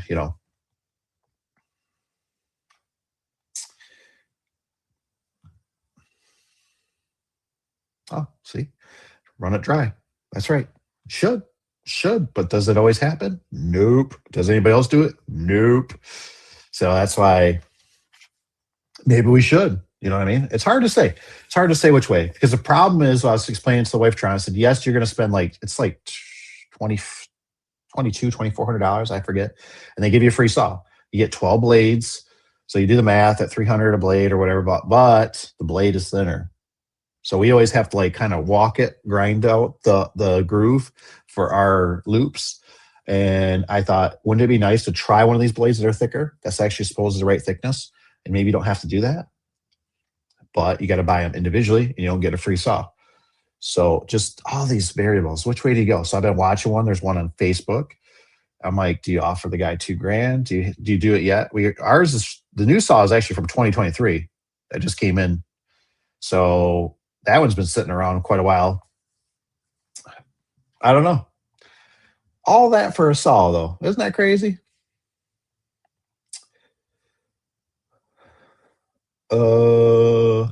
Most of the time, the guys are cut and dry. You know what I mean? Most of the time, we don't have water on site, which I know chews up the blades, and that's why those blades direct, I forget what's called, the socks or something it's called. And that is a one tough saw blade, which really works really good. We've had really good luck with it. Yeah. So, I mean, we've tried changing the filter. There's tons of dust. They're in horrible environments. That's why I also thought, hey, maybe electric would help eliminate that. You know what I mean? That doesn't, it doesn't care about dust so much. But, and then, so Rich's guy, he says the pump sprayer. I seen they got setups for them, which is not bad, but sometimes the slurry is almost worse. So I was watching a guy in the basement. He was doing the slurry with water, and then they were using a vacuum. It's always a weird combination for us because normally we want to seal it pretty much right when we're done. So the dry, it's nice just to sometimes blowing. It's the best just to put it out in the atmosphere and get out of the area because you're on blacktop. I mean, the perfect ideal situation is they have the first layer and you put your loop in, and they're going to come over the second layer of asphalt. That's the best way. But sometimes every situation is different. Sometimes we go in concrete. That's why I always like those blades because they're made for concrete or asphalt, and they hold up really good. So, but just blows my mind to think about how much time I've sat and invested and watched videos and it's like gas or electric. Gas or electric. Electric's like twice the price, and it's like, but would you get twice the life out of it? It would solve the guys running it. I had a guy one time, just a grunt guy out of nowhere that was working, and I remember my uncle yelling at him, saying that, man, you can't run that saw like that. He says it's got a clutch in it. He's like, you're gonna burn that clutch up, because he would just kind of keep putting in the groove and bogging it. He's like, you got to rev it up, man. Get that thing spinning, then start cutting, and keep on the gas. And I think he was the one too when he was starting the saw. I was watching him. And I mean, I'm over there digging or doing something, man. I can just smell gas. And I'm like, so dude, I said, turn the choke off. I said, it's like you got that thing flooded. Well, I don't know. You know what I mean? Where it's like click, pull the trigger. You know what I mean? It's just sad. That's the world that we're going to. But sometimes I just, you know what I mean? I mean, I've been yanking on this thing. I can't get it to run either. You know what I mean? So it is what it is. So it's not trustworthy anymore. So what are we going to do? You know? So you're always trying to figure out, but those batteries scare me. You know what I mean? If they lose the battery, that's $600 versus all you have is a saw. Don't forget the saw, you know, but I could see somebody going into a building, plugging in, they leave, weeks go by or something, and you're like, where the hell's the batteries for this thing or something? Where's the charger? Oh, and somebody, you know, at a shop goes, hey man, that's $600 plus a charger. Shoot, that's probably $800 sitting right there. Or two chargers or two batteries on it. Even more, you just never know. Stuff adds up. Stuff adds up. Sometimes that's why I think about a vending machine, people buying stuff out of the vending machine sits. I don't know too many vending machines that get stolen. I'm not saying they don't. They get tipped over and damaged, but you know what I'm saying. All right, guys, probably should get out of here. The sun's shining. Starting to warm up out there a little bit. Oh, we got a newbie. What you got? Only residential contractor. Well, just serviced a commercial door for the first time and doesn't seem that much harder than a residential, just different. My question is, does commercial... Oh, I got this thing stuck in the way. The question is, does commercial pay good? Commercial's a different animal.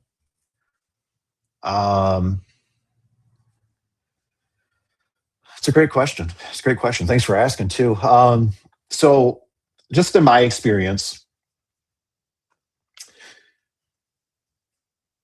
so like when I used to do residential, you know, and everything's new, you know what I mean? Like when you're starting out, everything's new and exciting, you know what I mean? Residential was always good.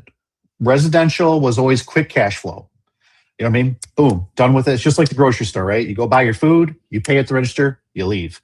You pay though, right? So commercial or residential, boom, you pay, you leave. You know, I get my money, I get my check, I get my cash. It's quick cash flow.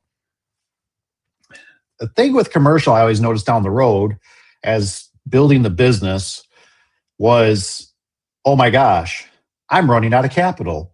You know what I mean? Because we'd start getting stuff that would start costing $1,000, $2,000, $3,000, $5,000, $10,000. It was like, oh my gosh, like we don't have that. Now you kind of mitigate some of that if they'll work with you and pay you half down for maybe an opener. Springs, we really don't get with the certain customers, half down. Doors get half down.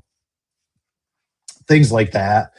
But yeah, commercial typically, if they're good commercial, you know, like for example, like we did oil changes. I had some oil changes that were really good. They pay their bills. I knew who to talk to. They appreciated you. I've had some oil changes that they'll pay you when you're done with the job, but you better only come in the afternoon when they got money. Otherwise, they're not going to pay you. And it's a nightmare to have them pay you afterwards. It's like, they're like, what did you do? You're like, remember 2 days ago, I did your door. I fixed it because you were in such emergency. Remember how all the cars were stacked up outside? Yeah, I don't really remember that. It's like, oh, that's weird. So it just depends.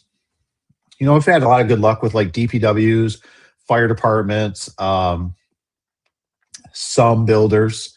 I'm talking like red steel builders that build all the metal skeletons. You know, but it is, I would say it's probably better.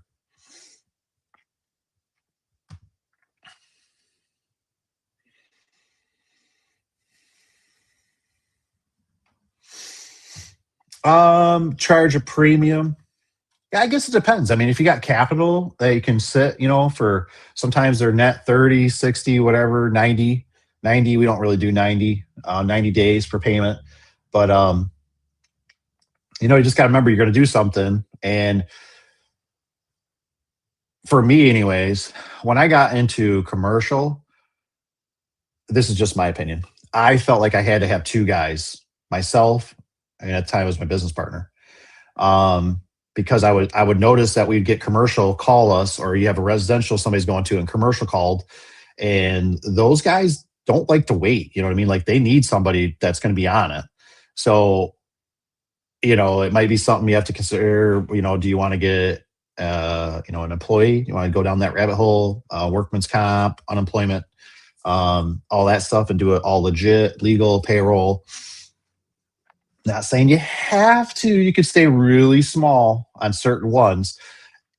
Probably anything ground level, commercial's probably good. Anything with docks get more complicated because typically if they have docks and then a ground level, like especially if they only have one ground level, that is a high priority, that ground level door. So they're going to call you and it's going to be 5:00 on a Friday, especially if you're not doing preventative maintenance and making sure those doors are up and running all the time at good conditions.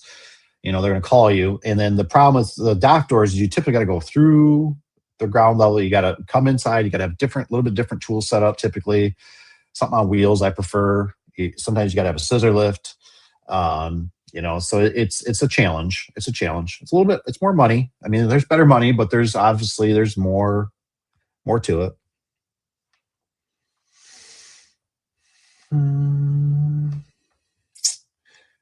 Let's see here.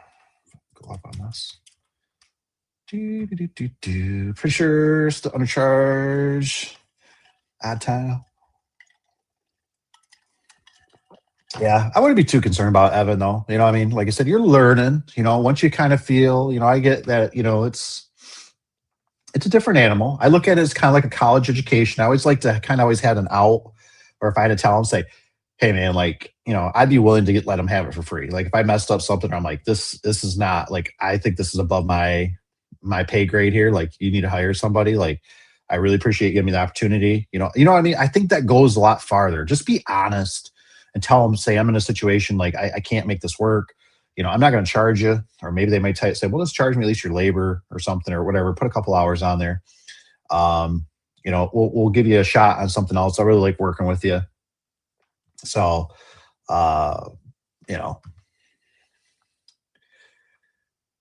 yes, more sensitive to get into commercial game, and they want to do is resolve takes a good door to be commercial well.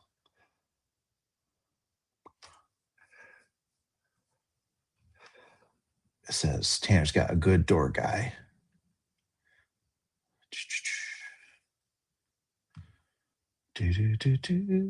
What do you consider good door guy? Quick lube. Yeah, Papa Tony. And that's the thing. Papa Tony, he's got, like I said, he's got the quick lube. We had a quick lube in our over by the shop, and I knew the owner. We always had this respect, right? Like I didn't call him, he didn't call me until we got to a point like, hey, something's up. We got to call the big dog. You know what I mean? So like if I didn't pay, we always did business with them. So we do oil changes. Sometimes we got behind a few oil changes, you know what I mean? Just it slipped under the radar. And he would call me and say, hey man, like you're like got 3 vehicles, they're past a little bit, and I'm like, not a problem, man. I'll get it taken care of. Apologize. Sorry about that. Just something happened. And then there was times I'd go to certain doors and I'd be like, man, this door really needs to be replaced. Like this is just, I don't know what to do with this. So I call him, and I tell him, say, hey man, like this is my situation. And then, most time he would just tell me, say, Dave, I trust you. Just do whatever you need to do.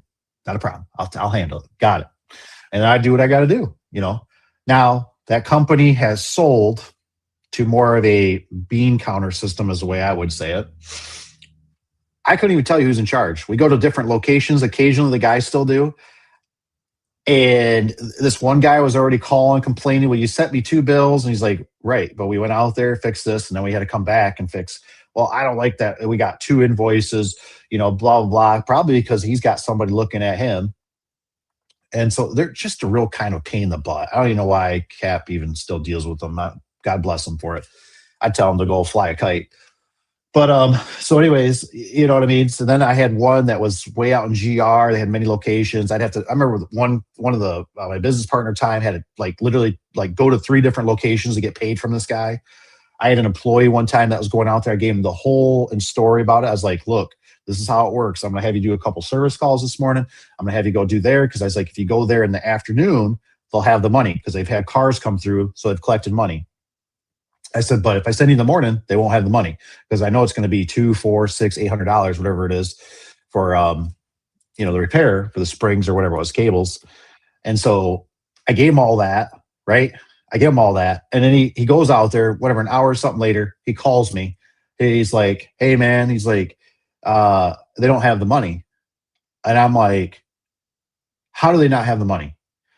And he goes, well, I said, no. I said, I told you to give him a price, look at it, can figure out a price, and make sure you tell him and say, we have to collect payment when we're done. Are you okay with that before I do the repairs? Well, this, and that, there's a lot more to it, whatever. And I got really upset. I mean, I was super upset because I already pre-qualified this, the employee on this. And I told him, I said, look at it this way. I said, you come back to the shop. I said, you're not going to get your paycheck. Guess what? He came back. He had the money. So he figured it out. But that's, you know what I mean? That's what you deal with out there. You just don't know. Every situation is different. It's a marriage. You got to figure out which ones are good and which ones pay on time. And so always have your radar up too, right? Just because they called you. I used to do this all the time, right? Somebody call, I remember the secretary one time, she calls, she's like, hey, that one company called and they want you to work on their gate operators. And I've pushed them for years. So I'm like, we work on gate operators. Oh, yeah. We did door stuff for her. And also now we get to do a gate. And so I go talk to the security guard. I'm like, why are we here? He's like, the other door company. The other door company or gate company. And I said, so it sounds like they were out here working on it today. Why didn't he call them back? Well, he did. And they said they couldn't come back. Oh, okay. So we're the dum-dums that did show up. And so now we get to work on it. Now, we did get to do more gate stuff until the guy passed away at the head of the supervisor of that department. But, it's just those things you got to play, you just never know how many people they called. So where you stand, it's fun. It's so much fun. Oops. Cast on doors, build. Do real area asked if we would come down there.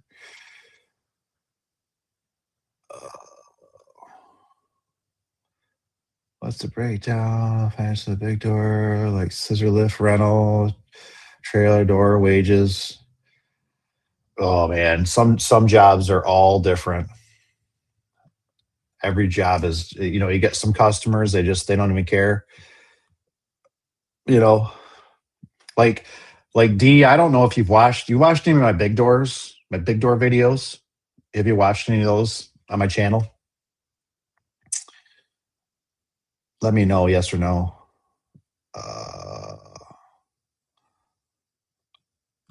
So I don't know, can't compete with travel and stay if we have to, but we can if you're okay with price, nor are we cheap here, he says.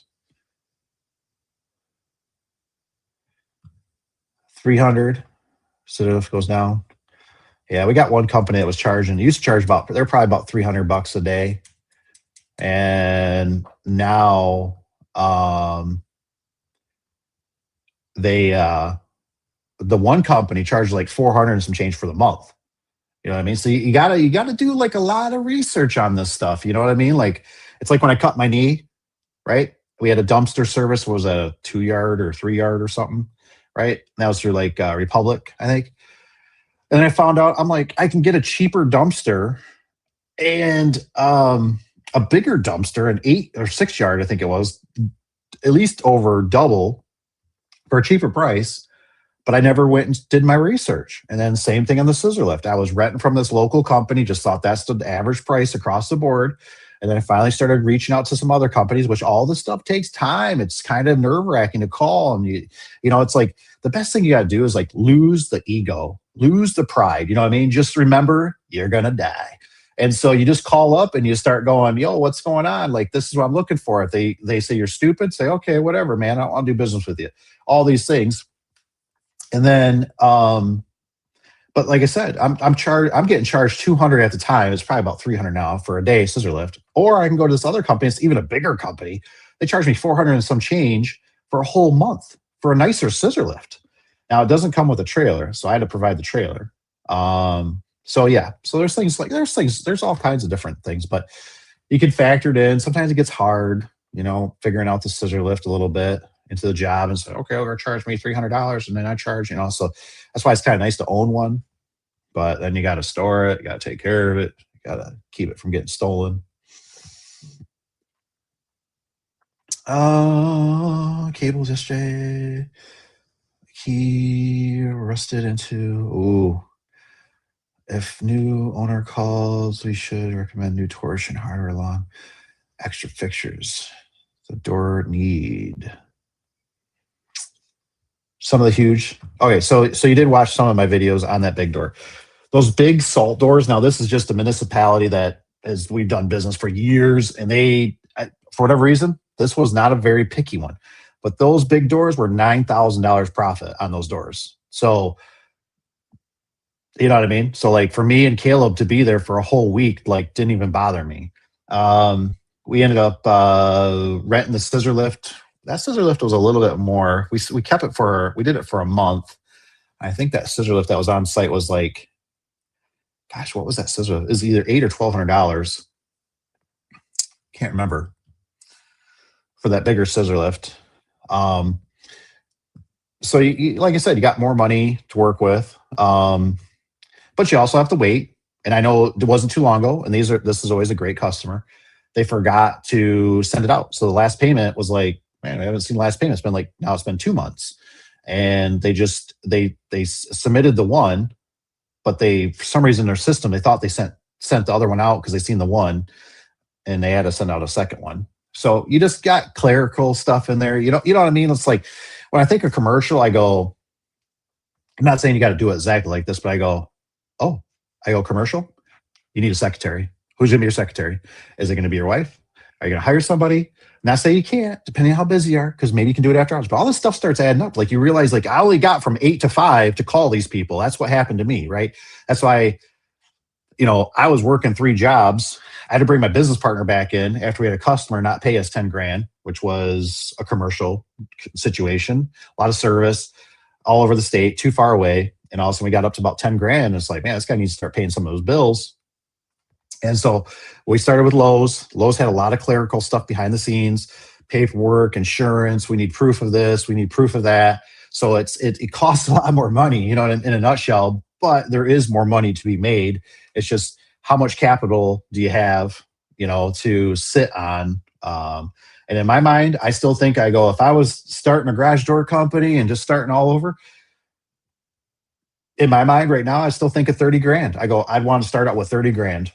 That's just what my feeling is. Or I go, like, if you said, I'm going to start a garage door, it's not to say I couldn't do residential and make money, but to start out where affordable is, in a sense, like $30,000 is just, maybe even 40, you know what I mean? But just 30 to work with. So you can spend, they got doors coming in. I don't know if those doors are going to run. I don't know, but it's thousands of dollars that now you're like, when are we going to install it? How are we going to install it in one day? So now I already had to think about it the other day. So how are we going to do logistics on this? We got, I think it's 5 or 6 doors coming in.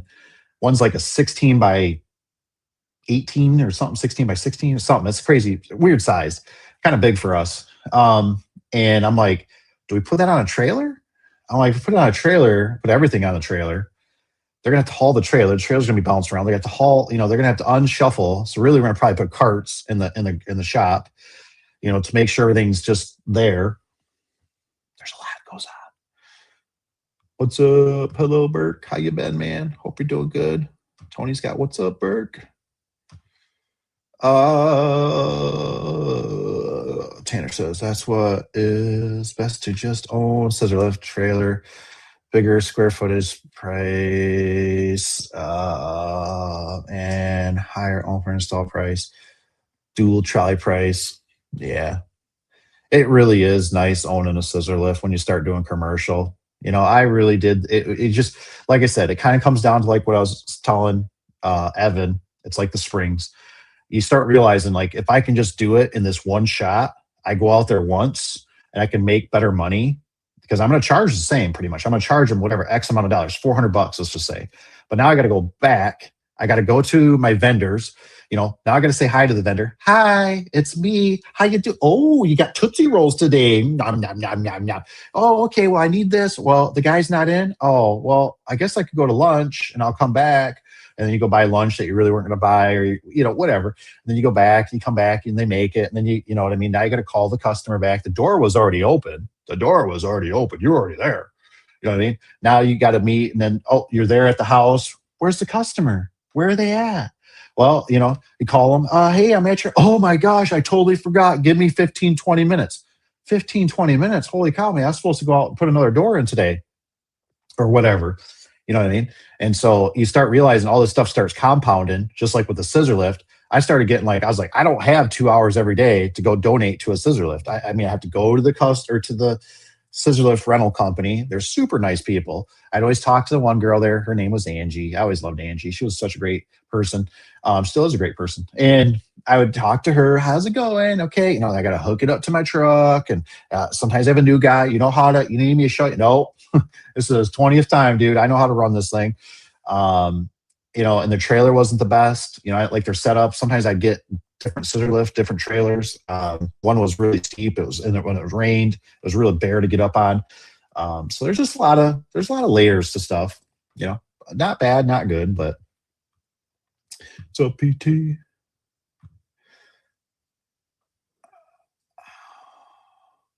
Wow, $460 a day for a lift. Wow, yeah.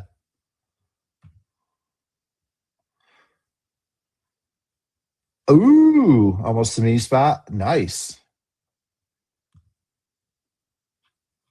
319 or 3219 lift for the month for that, he says. I know. Isn't that crazy? That's what I mean. You might want to shop around.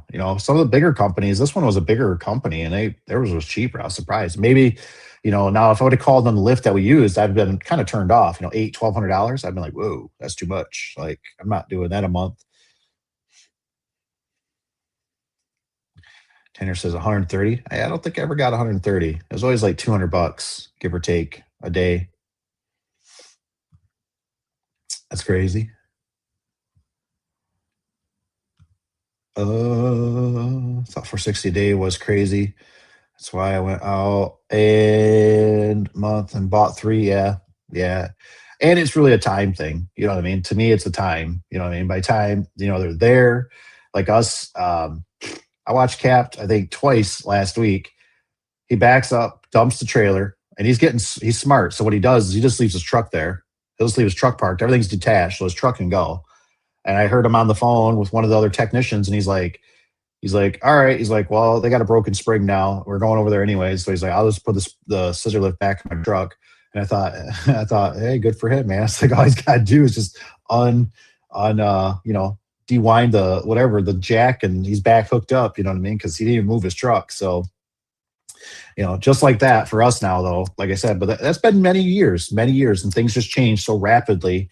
And you got to be, that's why I'm always saying, you got to remember, we're tow truck drivers and we're firemen. That's all it is. So that's why, in my humble opinion, I think people should have service vans, because I like what Papa Tony said, you want to be the Walmart of garage doors. You want to have everything as much as you can. I every time I forgot something, man, I'd order it. I'd put it on my van. You know what I mean? And that way I didn't get stumped again when I go back out to another job, because I knew if I could fix it there. I didn't really do too much on circuit boards. Circuit boards are really hard to carry. I think they just get wrecked.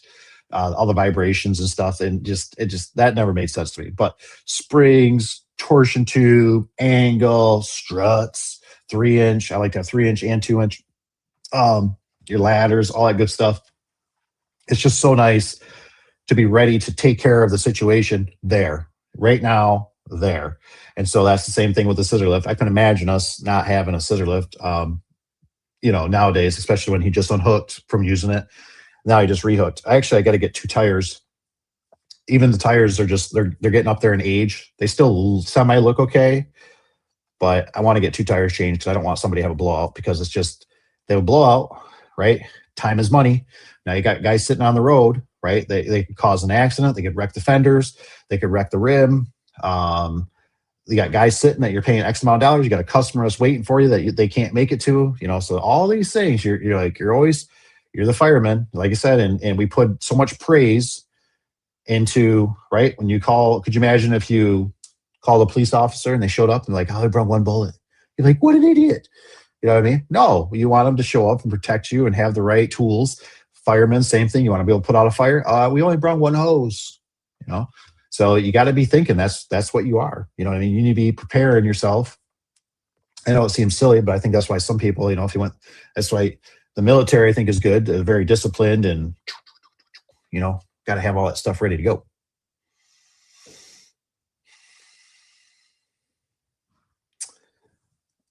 Uh-oh. You're right, Dave. First time I've come across 250 wire. Oh, yeah. That's why you got to have a slew, man. Get a slew. It takes time, but, you start ordering it. You start having a little warehouse of it. I did watch the video that you sent me of what's that guy called? The garage door education or something like that. I don't know what to think about it. You know what I mean? Kind of is what it is. That's how I look at it. It is what it is. I wanted to it was kind of funny because I mentioned to the wife, Tron, I said something about, I said that early in the week for the IDA show, they were doing training. And I said, I should go to that training, just for fun, And she's like, what are they going to teach you? I said, that's kind of a fair point. I said, but, there's always little nuggets you get, and just to be around. I think it'd always be kind of interesting. I always still kind of want to go. I always thought about sending I thought like Caleb would be a good one to go down for the Tommy Mala, whatever, for his training, just to, just thought it'd be cool. You know what I mean? Just to see, it's you learn other stuff from different people. That's how I've learned too, just seeing how people do things. Or, oh, that's a good idea, or that's not such a good idea. I don't think, I'm going to keep doing it the way I do it or whatever, Yeah, he's an idiot. No cop. I know. Isn't it crazy though? The guy still does it though. You know what I mean? So it's like, it just kind of goes to show you, you know what I mean? You don't have to be, super smart in the business. You just got to be, he might be onto something a little bit. It's maybe the marketing, right? Marketing. Who markets the most or whatever? You go through 10, you only get 1. It's hard to say. So, anywho, I've taken up enough of your guys' time. I'm heading out. You guys got anything? Email me, text me, all that good stuff.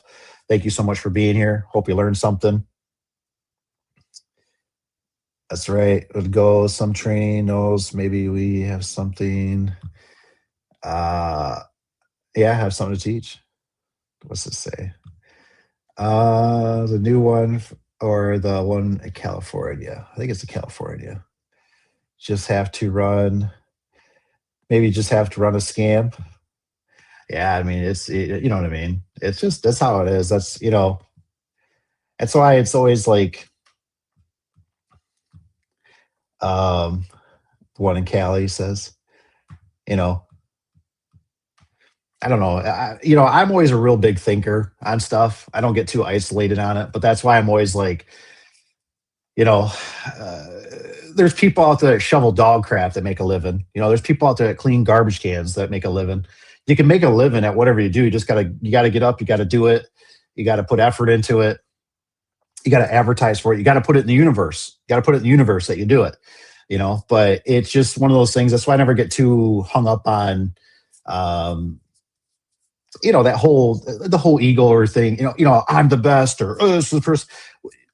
You're not going to be the best forever. You know what I mean? We're not. Our bodies are going to get old. Our bodies are going to be in the grave. It's just, It's just what can you do that makes, that works the best for you. And every demographic's different. So you have to work with certain customers, you have to work with certain atmosphere and variables and situations, and it's one of those things. I'll be the first. I don't have it all figured out. You know what I mean? But I like to put as much thought and process into stuff and try to do my best. And it seems to work out. But slow and steady, slow and steady, and just think methodically and whatever works. Don't be afraid to invest. Don't try to work. Try to look at that I call it semi-passive income. And just take your time. Take your time. And you got to work. You got to work, man. There's a lot of, sometimes after hours, sometimes it's the weekend. Sometimes you got to put down whatever it is, drugs or whatever it is, video games. There's sacrifices. You got to make sacrifices. It's kind of the name of the game. What does this say? Is that demolition? Yeah, removal. You never know. You never know. Like I said, sometimes this whole saw thing is really just taking me kind of over the top a little bit to sit there and think about how much time I've invested about a saw, which way to go. And you have to think about it, especially when you get employees. Employees changes. When it's just you, not a problem. I'd probably do an electric one all day. You know what I mean? But when you got to think about employees and you got to think about leaving the batteries behind or losing the tool or turns in now, can I use the tool? Or, there's all these complexities of certain things. I was thinking about the other day because Caleb ended up taking the work van. And I was thinking, man, I don't think he ever pulled the generator out. He's got a big old generator sitting back there. And I thought, a couple things crossed my mind. For one, I'd hate for him to get in a car accident with that big generator back there and come slamming through the back end of it and kill him or something. Second is, it's in the way. Another thing is, I don't think nobody's gonna steal it. It's too heavy, but you know what I mean? There's all these variables. You're thinking about stuff like, I don't want to think about it. Don't think about it. Just is what it is. Take it. Take it. Let it get out of here. All right, guys. Thanks so much for watching. Keep those fingers. Keep hustling. We'll see you on the next one. Thanks for watching.